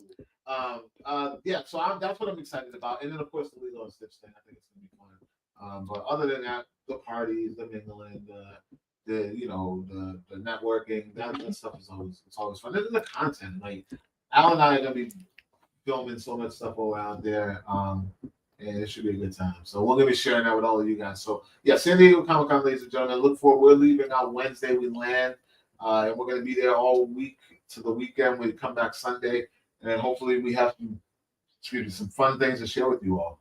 And that's that. Let us know what you guys think about that. Or if you're excited or you have any questions about anything that we're going to be getting into. All right. Let's talk about some trailers. Let's break them down. I'm excited for this one. This one was long awaited. There's been some big ones, yeah. No, this one particularly, though, was getting under people's skin. Uh-huh. Like, we were like, when is this dropping? We're getting finales from Cobra Kai. We're getting finales from you. Yeah. I think we even somewhat got a finale from Wednesday. Is this the last season of Wednesday? Is that what's been said? I don't know, but it feels like it. What? I don't know. It hasn't been confirmed. But everybody's been asking what's going on with Stranger Things. We have, it has been uncomfortably long. I can tell you that. Dude, these kids are like ready to have families. Yeah, no, they're. Millie Bobby Brown is married. Yeah. Like when we met Millie Bobby Brown, she was literally 11. Yeah. No, it's been far too long, and I'm honest with you. Like I have been concerned about Netflix release strategy for this and why they kept going. I can tell you why. What's up? Because it's the last great thing they got to hold on to. Yeah, and before I saw this trailer, I was worried. Like, is this gonna be great? But then I saw this trailer, and I was like, never mind. And don't get me wrong. Like Netflix has great properties. Yeah. But when you're talking about what keeps us coming back, this is the last of the Mohicans. I think you might be right. This is the last of. This is one of the very first shows outside of House of Cards that brought us to Netflix. Yeah. You know what I mean? Like back then, we had House of Cards. We had this. We had 13 Reasons Why. Then we got You. Anything else that you can think of that was like a staple that really pulls you into like, well, I'm signing up for Netflix. I mean, there was like Making a Murderer, right? Like if you're into that type of stuff, that was a big one at the time. Pop culture wise. Yeah. And then we got Squid Games, which was Squid Games Luck of the Draw. Yeah. Luck of the Draw. That's on its way out. That's another one. It's done. Yeah. Well, they got the game shows now. Yeah, and I'm sure they'll make some spin-offs eventually. The game shows are fun. I actually know someone that might be on one of those game shows. Say what now? Yeah. I'll keep that to myself. Yeah. So we finally got a trailer for this. Yeah. And these kids are grown. Oh yeah, they're full adults these days. I'm gonna run into the background when we talk about it. Yeah, I really think that I just watched it for the first time today. I watched it today as well. Yeah, because I didn't get a chance. Like when it comes to things breaking, I'd much rather get it out first for you all to see it, and then I get back to it and I'll watch it, react to it, whatever, like down the line. And I just didn't get to it until today. And I gotta tell you, this thing kind of blew my mind. Like in a way where like it's completely different. Yeah. It doesn't feel 80s. It doesn't? No, not in a way where like before I felt like they were pushing that 80s narrative, that 80s vibe. This looks more 90s or like modern. Like I don't feel retro-esque Yeah. The music, outside of wardrobe, it just feels fresh. It feels like a different show. It feels darker. Mm-hmm. I'm excited for this. Mm-hmm. I don't know what to expect. I can't tell you. It's a complete mystery, and this is a damn good trailer. Yeah, it is. It pulled me in the way. Well, I didn't see a trailer for the first season. When this first came out, I heard word of mouth about it. I never watched a trailer for it. But this is giving me like season 2 vibes. Yeah, so I had skipped on watching this trailer just because I just not interested. I was just not interested. What? But then I saw that it's not because I'm not a fan of the show. It's just because it's been years and I kind of had forgotten about it. Out of sight, out of mind. And I saw that you wanted to talk about this today, so I figured let's go ahead and watch it. And it made a believer out of me because I was just like I said, I was worried that it had been too long. People have forgotten about the show. I didn't even feel if I was still a fan, right? Because it's just been that long. Yeah. But then I saw this and I saw the quality and it brought me right back. Yeah. It brought me right back, and I cannot wait. I'm so excited for this. It's a gift and a curse, man, because this trailer makes me feel like I'm gonna miss the hell out of this show. It is good.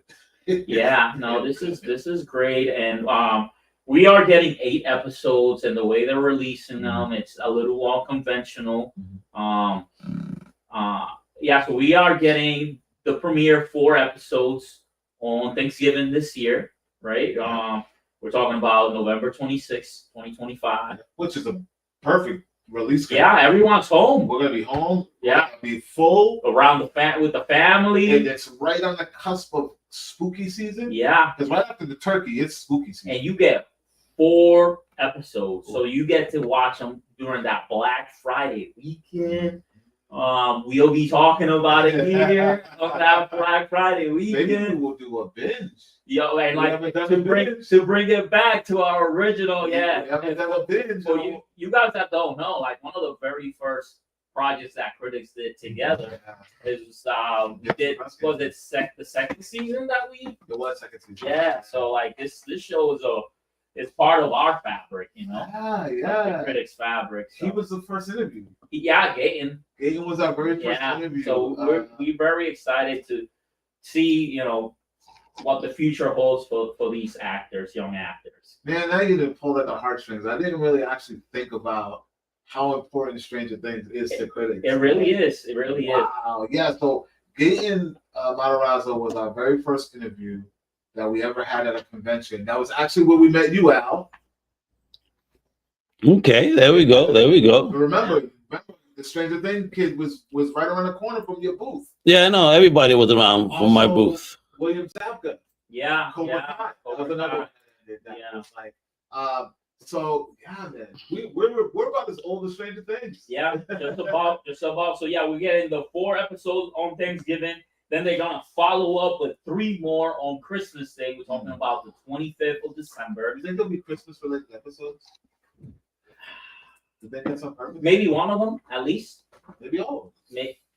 Maybe all of them. Yeah. Maybe all of them. I know the big finale though. They're holding that onto New Year's Eve, right? Last episode, chapter 8, December 31st, 2025.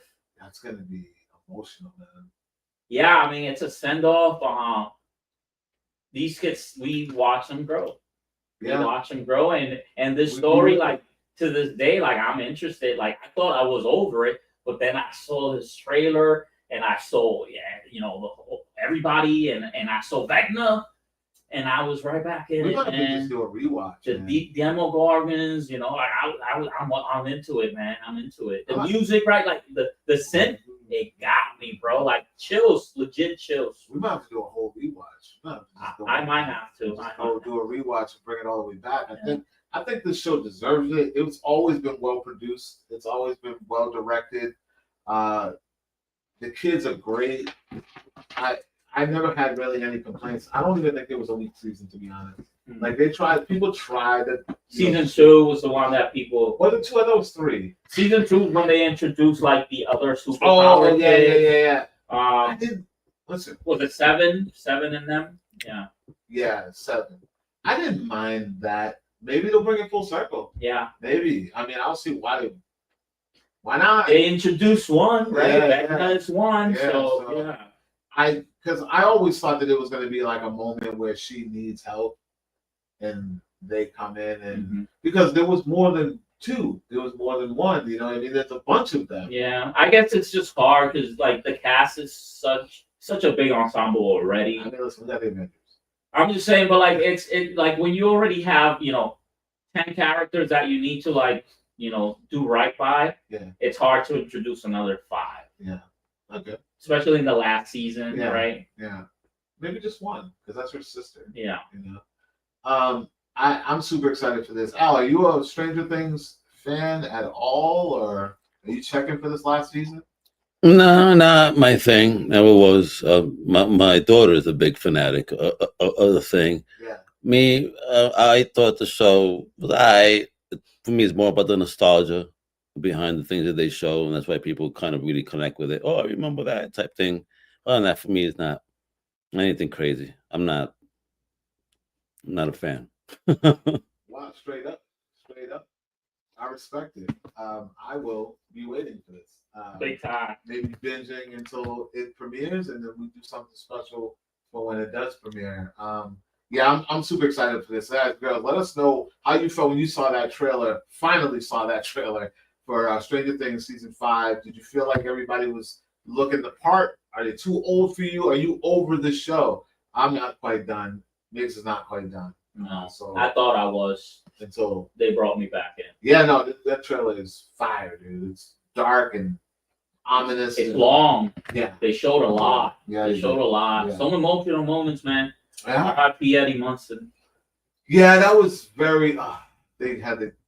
They got us, bro. Yeah. It's so crazy how they can introduce a character in season 4 and make such an impact. Yeah. But but you know what? The anchor is Dustin. Yeah. He's the heart of the show. He really is. He literally carries the heart. Everybody else, they're going through all this stuff, but when you see Dustin, you just want to cheer for him. You don't want anything bad to happen to him. So when you see him hurting or you see him sad, you're like, damn it. You're doing Dustin. Yeah. So I don't feel that for Will. And Will's been through it. Will's been he's still going through it. Will's been through the back of his neck. He's feeling that upside down. I don't feel I feel more empathy for Lucas and Max than I feel for Will. But when it comes to Dustin, I'm like, God, man. Leave my boy alone. Yeah, man. Yeah. So let's get to this next trailer. Another epic one. Pretty epic. Yeah. I'm thoroughly impressed with it because I'm not expecting anything. I was not expecting all this. So they gave us kind of 2 teasers. I saw the teaser first, which was a great trailer. Yeah. They gave us a mock trailer for one of the new characters in the new Mortal Kombat 2 trailer. Yes. Johnny Cage, played by none other than my man Carl Urban, who a lot of us know as from The Boys. Yeah. Billy Butcher, or you can go Judge Dredd. However, that's where I. I mean, he's a big part of the Lord of the Rings franchise. Yeah. This man's been in everything. Yeah. Star Trek. Come on. So Marvel. When I saw the mock trailer, I didn't click on it right away. I didn't even share it. I'm gonna be honest. Really? Yeah. Because I just sometimes the marketing that they put out is just like, okay, cool, clickbait, whatever. People get it. It'll get around. It'll. Yeah. We're tiny. Our job is to just build excitement. That excitement's already there. It's everywhere. By the time I got to it, so I didn't bother. I was like, I'm gonna wait for the real trailer. So I watched it. I laughed. I thought it was funny. And then the new trailer dropped. I think it was like the next day, right? The new trailer dropped. Man, and they gave us a red band. It's everything I wanted from this movie. And they gave us a red band. Yeah. They're like, we're gonna show you all the blood. We need to. It's Mortal Kombat. I'm still on the fence about him though. You know what? Same, bro. He is not my first choice of casting because I think he's great. I think personality-wise, he's great. I think he's awesome in everything. But I think I'm a huge fan. I think he's more of a Kano. I could see that. But then again, Billy Butcher's Kano. Yeah. That same attitude, that same, you know. Yeah. I saw more of a Glenn Powell. Oh, I wanted The Miz, bro. The Miz. The Miz was in the runnings for this part, and in my mind, like I cannot shake it. And even watching this, like I'm still like, damn, Mike Mazzan and what he is, Nick Cage. Oh, not Nick Cage. Sorry, Johnny Cage. Like he, like legit, bro. Like he got all the scummy douchebagginess that comes with the character, and he's still doing his thing too. Like, don't get me wrong, like he's so like I'm with it. I'm with it now. Like, you know, I'm seeing him doing the thing. I'm with it. Yeah. But I still like, what if, right? Like, what if? Yeah, no, listen. I know he's gonna kill it personality wise, and maybe it could just be this trailer. Maybe when we see the movie, it'll feel better. It'll feel different. But I'm looking at some of these shots, and it's like he just looks like an old guy playing young. Yeah. Unless that's the character. I believe that's the character. Like he's washed up. Yeah. And he's trying to get back in. Which they gave us a lot of that. Yeah. Movie. And that's why they gave us that initial teaser just to like establish the world, right? Yeah.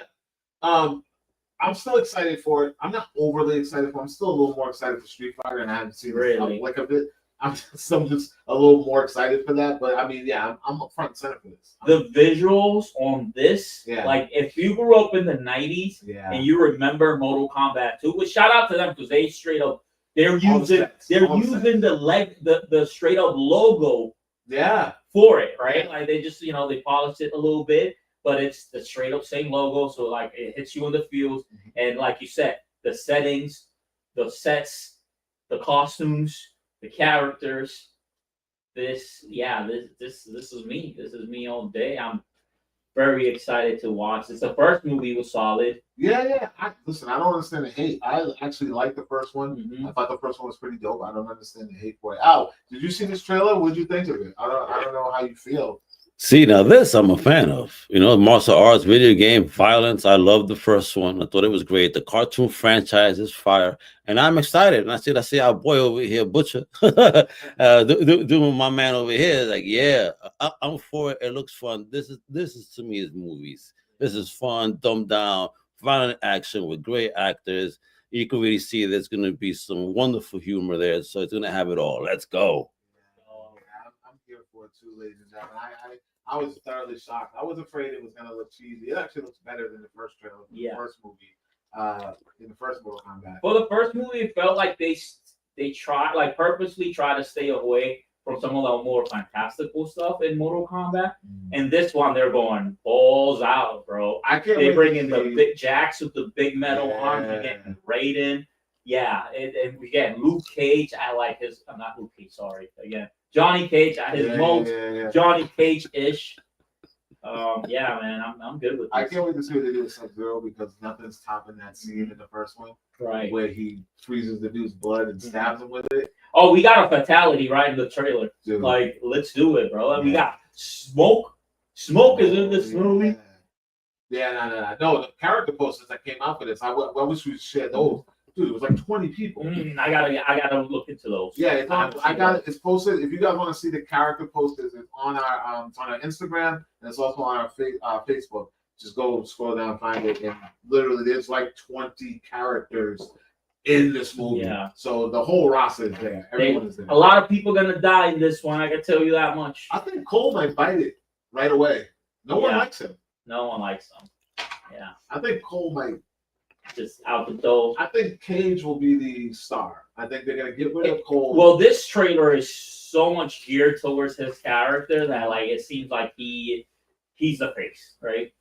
Yeah, I really think that they're gonna wipe Cole out and they're gonna put Carl Urban front and center in this entire movie, which I'm here for it. I mean, they did tease him like he's in this trailer too. But who, Cole? Yeah, I didn't remember seeing him at all. Yeah, he's like in one quick scene. I didn't even see him. Cole's the character they introduced, right? The first one. Yeah. No, he's in this. He's in this. No one cared about. No, he's in there. He's got the full suit that he got at the end. Yeah. He's in this. Yeah, that's also the dude from Cobra Kai. Mm-hmm. Guys, girls, let us know what you thought about the Mortal Kombat trailer for Mortal Kombat 2 featuring Johnny Cage. He's being introduced in this. Are you super excited for it like we are? Did you think it looked better or did it look worse than the first one? Let us know in the comments. We'll talk about it a little later. Now, it's time to review some movies. Let's talk about it. I know you haven't had a chance to see any of these movies. Nah, man, this is all you. So I'm not gonna spoil much. I'm just gonna give a gist of what I saw, what's going on. So we all know a director named James DeMonaco. Okay. He is the creator and writer of the Purge series.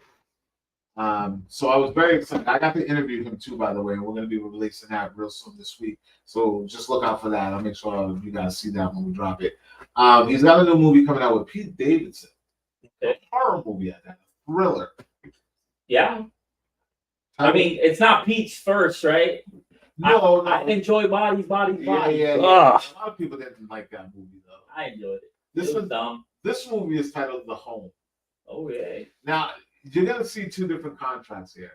You'll have the graphic that Al has next to me. Yeah. You guys see this graphic here, This will bother a lot of people, I know. and then you see this graphic here. Yeah. The same exact movie.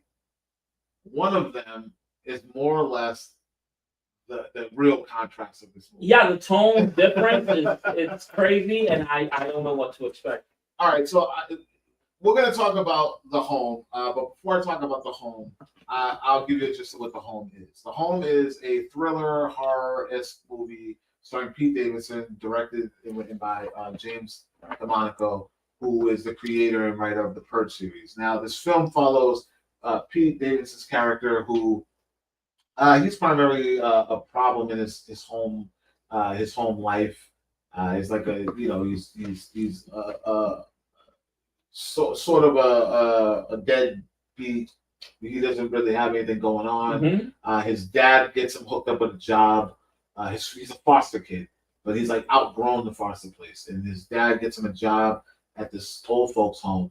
When he's supposed to be like the new maintenance guy in this old folks home. They give him a set of rules in this old folk home. They're saying, you do this, you do that. But the one thing you do not do is open that door. No. Pretty much. Oh yeah. Don't go on the 4th floor ever. You'll be out of here. Yeah. So this is not a normal old folks home. Some shit goes down.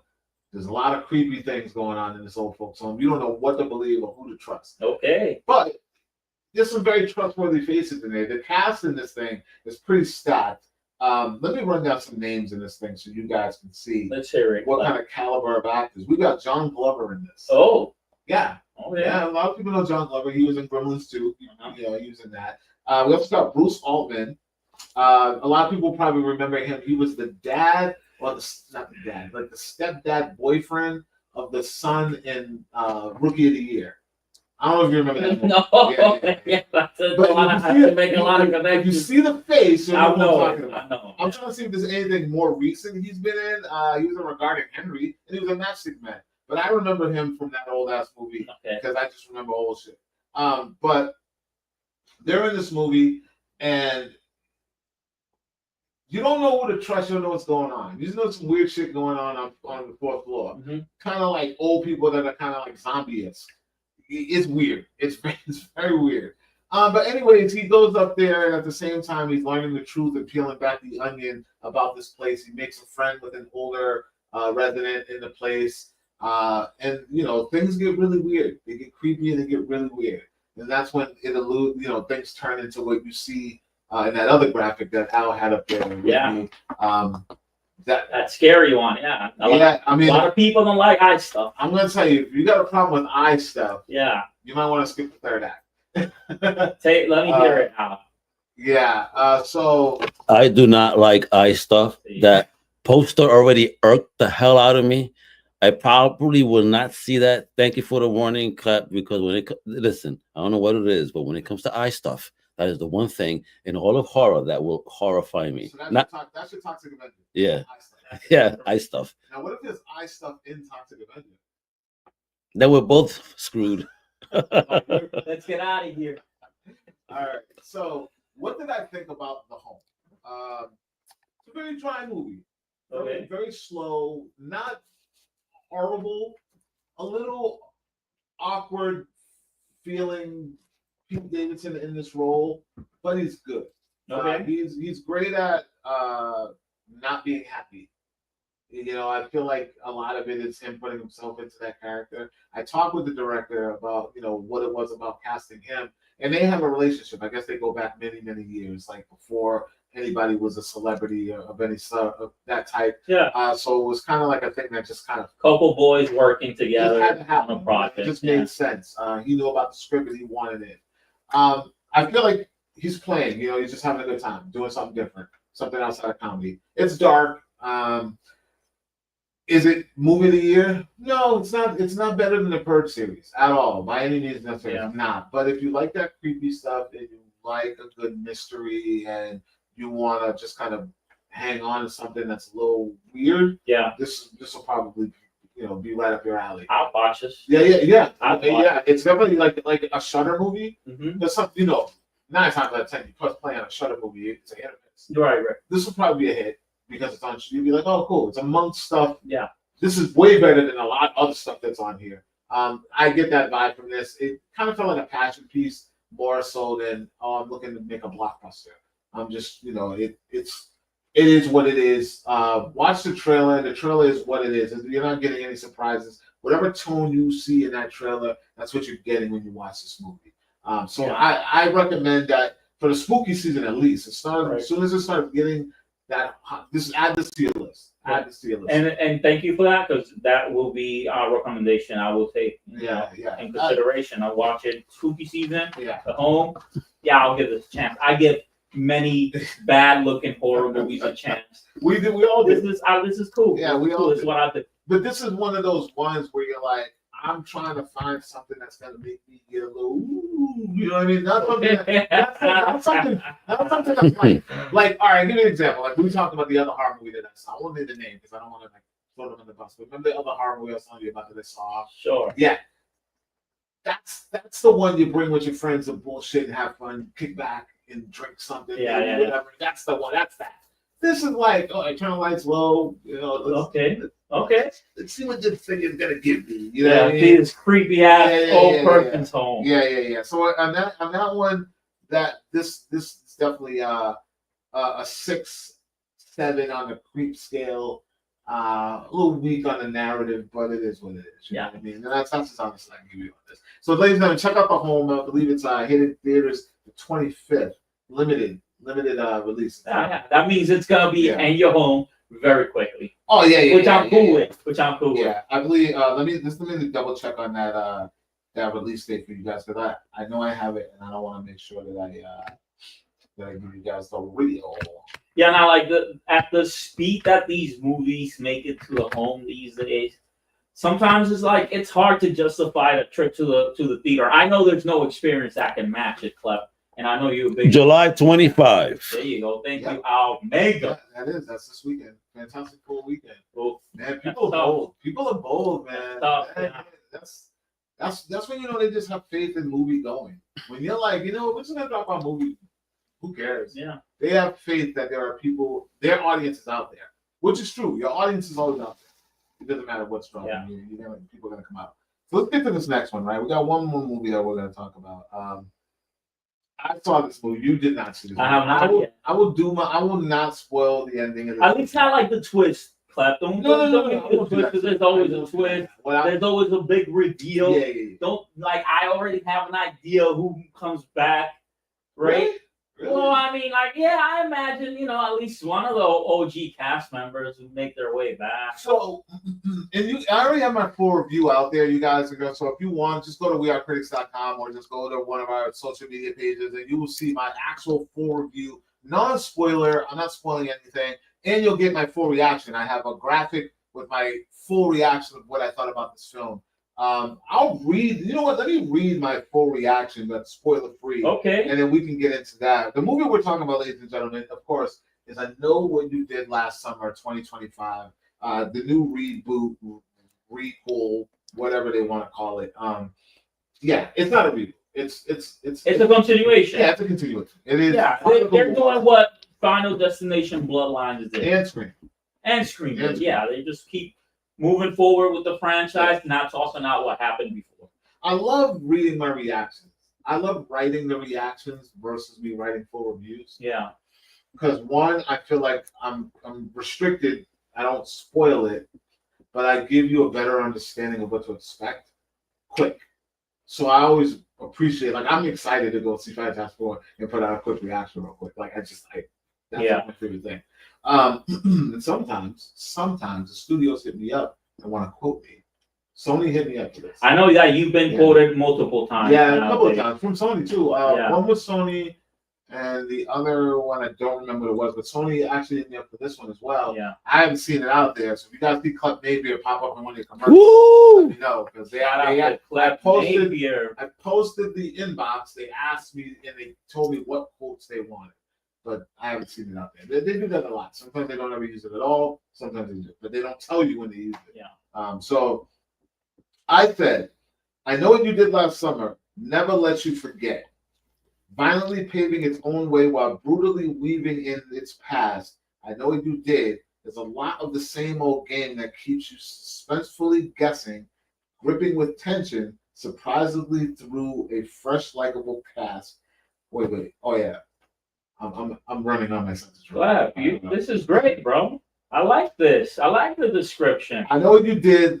Lays a foundation with a surprising ending and mid-credit scene that will leave OG fans hanging on the hook. Literally. On the nose. On the nose. I had to get on the nose. I like that, Clef. No, it's true. No wonder they're trying to use your body. It's true, though, man. Like, I can run through every line. When I said that, it never lets you forget. Yeah. Man, they are constantly reminding you. I know what you did. No, the 97 version. Okay. They are constantly drilling it in your head. So you think it'll be worth it for somebody to revisit those prior to watching these? So hold on. Here's the best story. This is a story that I've been waiting to tell, and I'm glad this is the best place to tell the story. I went to go see this movie, and when I went to see this movie, there were kids sitting right behind me. So I saw it twice. I saw it in this early screening with the press, right? And then I went back again and saw it on that Thursday.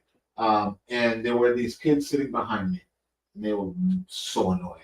But I had to remember what it was like to be that age, and see these type of movies. And see these type of movies, specifically with your friends. Yeah, in a group, friends. And it was the latest showing. It was like 10 o'clock at night.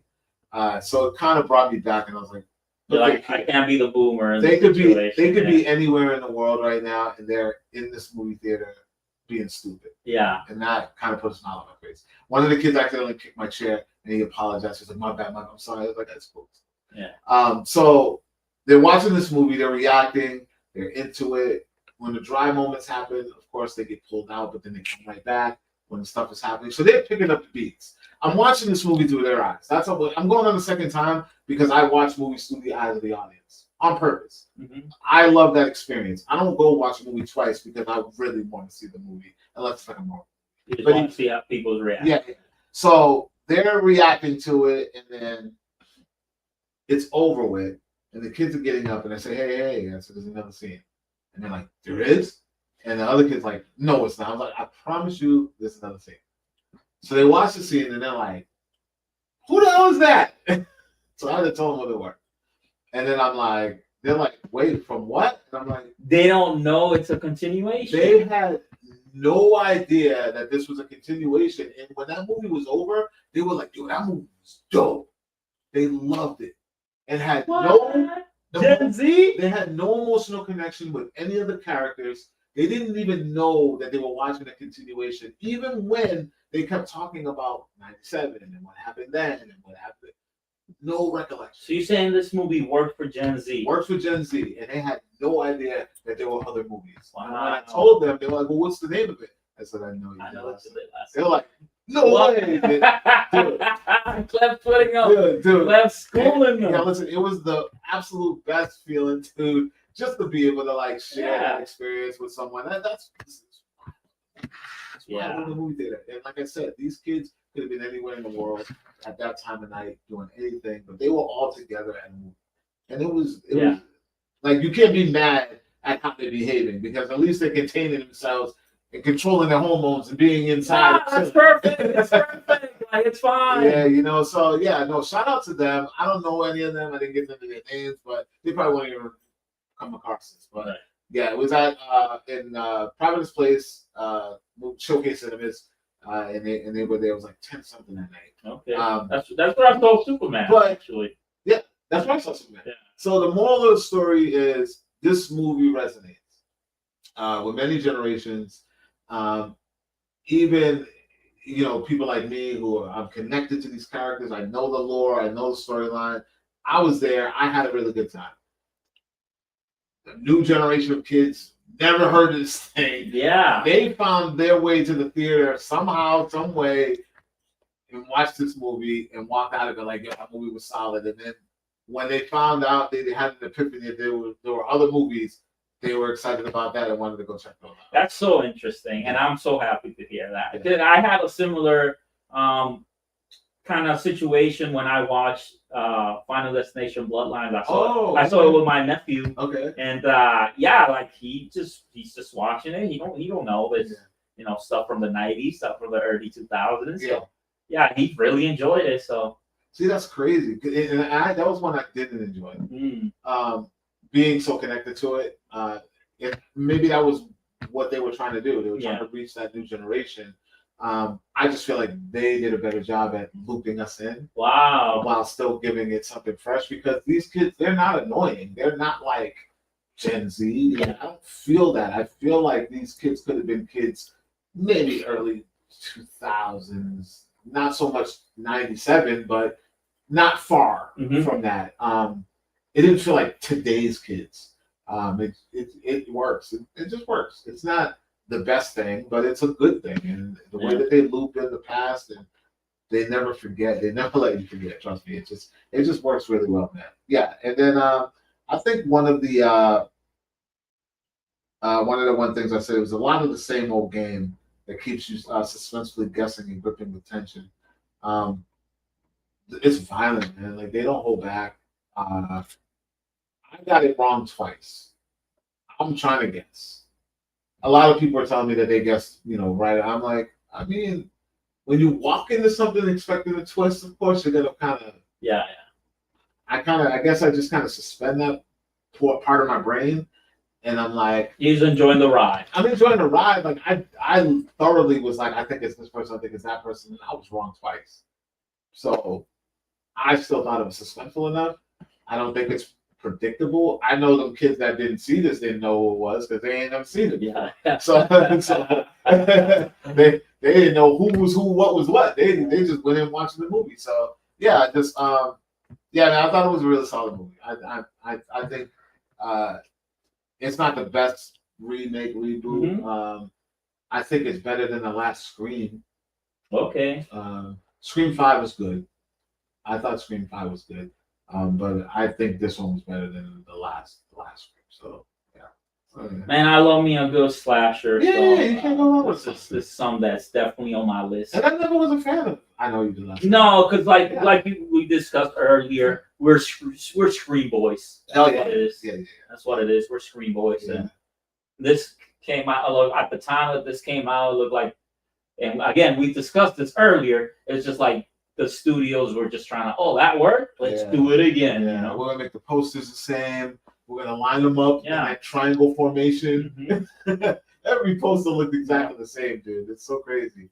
But yeah, man, I don't know. Let me know, guys and girls. Have you seen this movie? Are you planning on checking it out? I know it's a little early for the spooky season, but it's still in theaters. And it's doing pretty well. It's doing okay. It's not kicking the block. The box office. It's not gonna beat Superman out of the first place. It's not. That's not what it's there for. I'd be surprised if this thing does 50. Yeah. 50 million. Its entire run. Let's get it there, guys. I'll be surprised. I mean, that's not bad if it does, but horrors don't really rush. It's very rare that they're doing over 100 million. You know what I mean? Like, look at Terrifier. Like, that's an anomaly. Yeah, the next one I'm thinking that might do numbers is probably Weapons, just because I've been seeing a lot of advertising for that. It's been a while now. I'm gonna be real with you. Weapons has me intrigued a lot. Like, I'm excited for that movie, but I don't see it doing more than really 7. Yeah, I guess the reason I think of it is because the marketing has been out for a while now. Maybe, yeah, but and they're really pushing on like, hey, from the creators of Barbarian, I feel and that, Barbarian was a low key hit. I feel that too, but the cast, there's only really one recognizable face. The other recognizable face, which is the lead, which is Julia. Her next big movie, no one's gonna know it's her. Because she's chromed out. Exactly. And anybody, I don't know anybody that really remembers Ozark. That was another movie show from Netflix. And she did Wolfman not too long ago. Didn't do well. Didn't do well. Was that straight to Peacock? No, it did a little run at the theater. I saw the movie itself. That movie itself wasn't all that. I didn't hate it though. I didn't hate it. It's a different take on a classic story, man. Like, come on, and I can't wait till we can start talking that horror stuff, man. The horror, like, it's a couple months. Yeah. Extreme will be back. Heavy I got a new person for Extreme. Oh, nice. Yeah. Nicole, shout out to Nicole. I can't call it weapons. I hear you. Warner's been having a great year. They have. It would suck that they have a dud. I don't think it's gonna be a dud. I just don't think it's gonna break box office. You know what I mean? So, you know, I think it'll do a humble amount. We'll see. But yeah, that's all we got for today, ladies and gentlemen. Thank you for joining us on the fifth episode of the Screening Room Podcast. We want to thank you all for stopping by and hanging with me and Migs and Al Mega in the background. Once again, we want you all to check these down below. Check these links. Follow us everywhere. We are also on iTunes and Spotify. Follow us there so you can listen to us while you're driving, because we got the audio up for you guys. Stay tuned. I got an interview coming from the director of The Home. He is the creator and writer of the Purge series, James DeMonaco. He's going to be sitting down with me and talking about this new film with Pete Davidson. We're going to be putting that out. Also, stay tuned for all the content from this week coming to the weekend. San Diego Comic-Con, me and Al Mega, CXCC Studios. We are taking over San Diego Comic-Con this weekend. I wish you could be there with us, maybe. Maybe next year, Clip. I hope. And until next time, ladies and gentlemen, like, comment, share, make sure you subscribe, and I'll talk to you all later.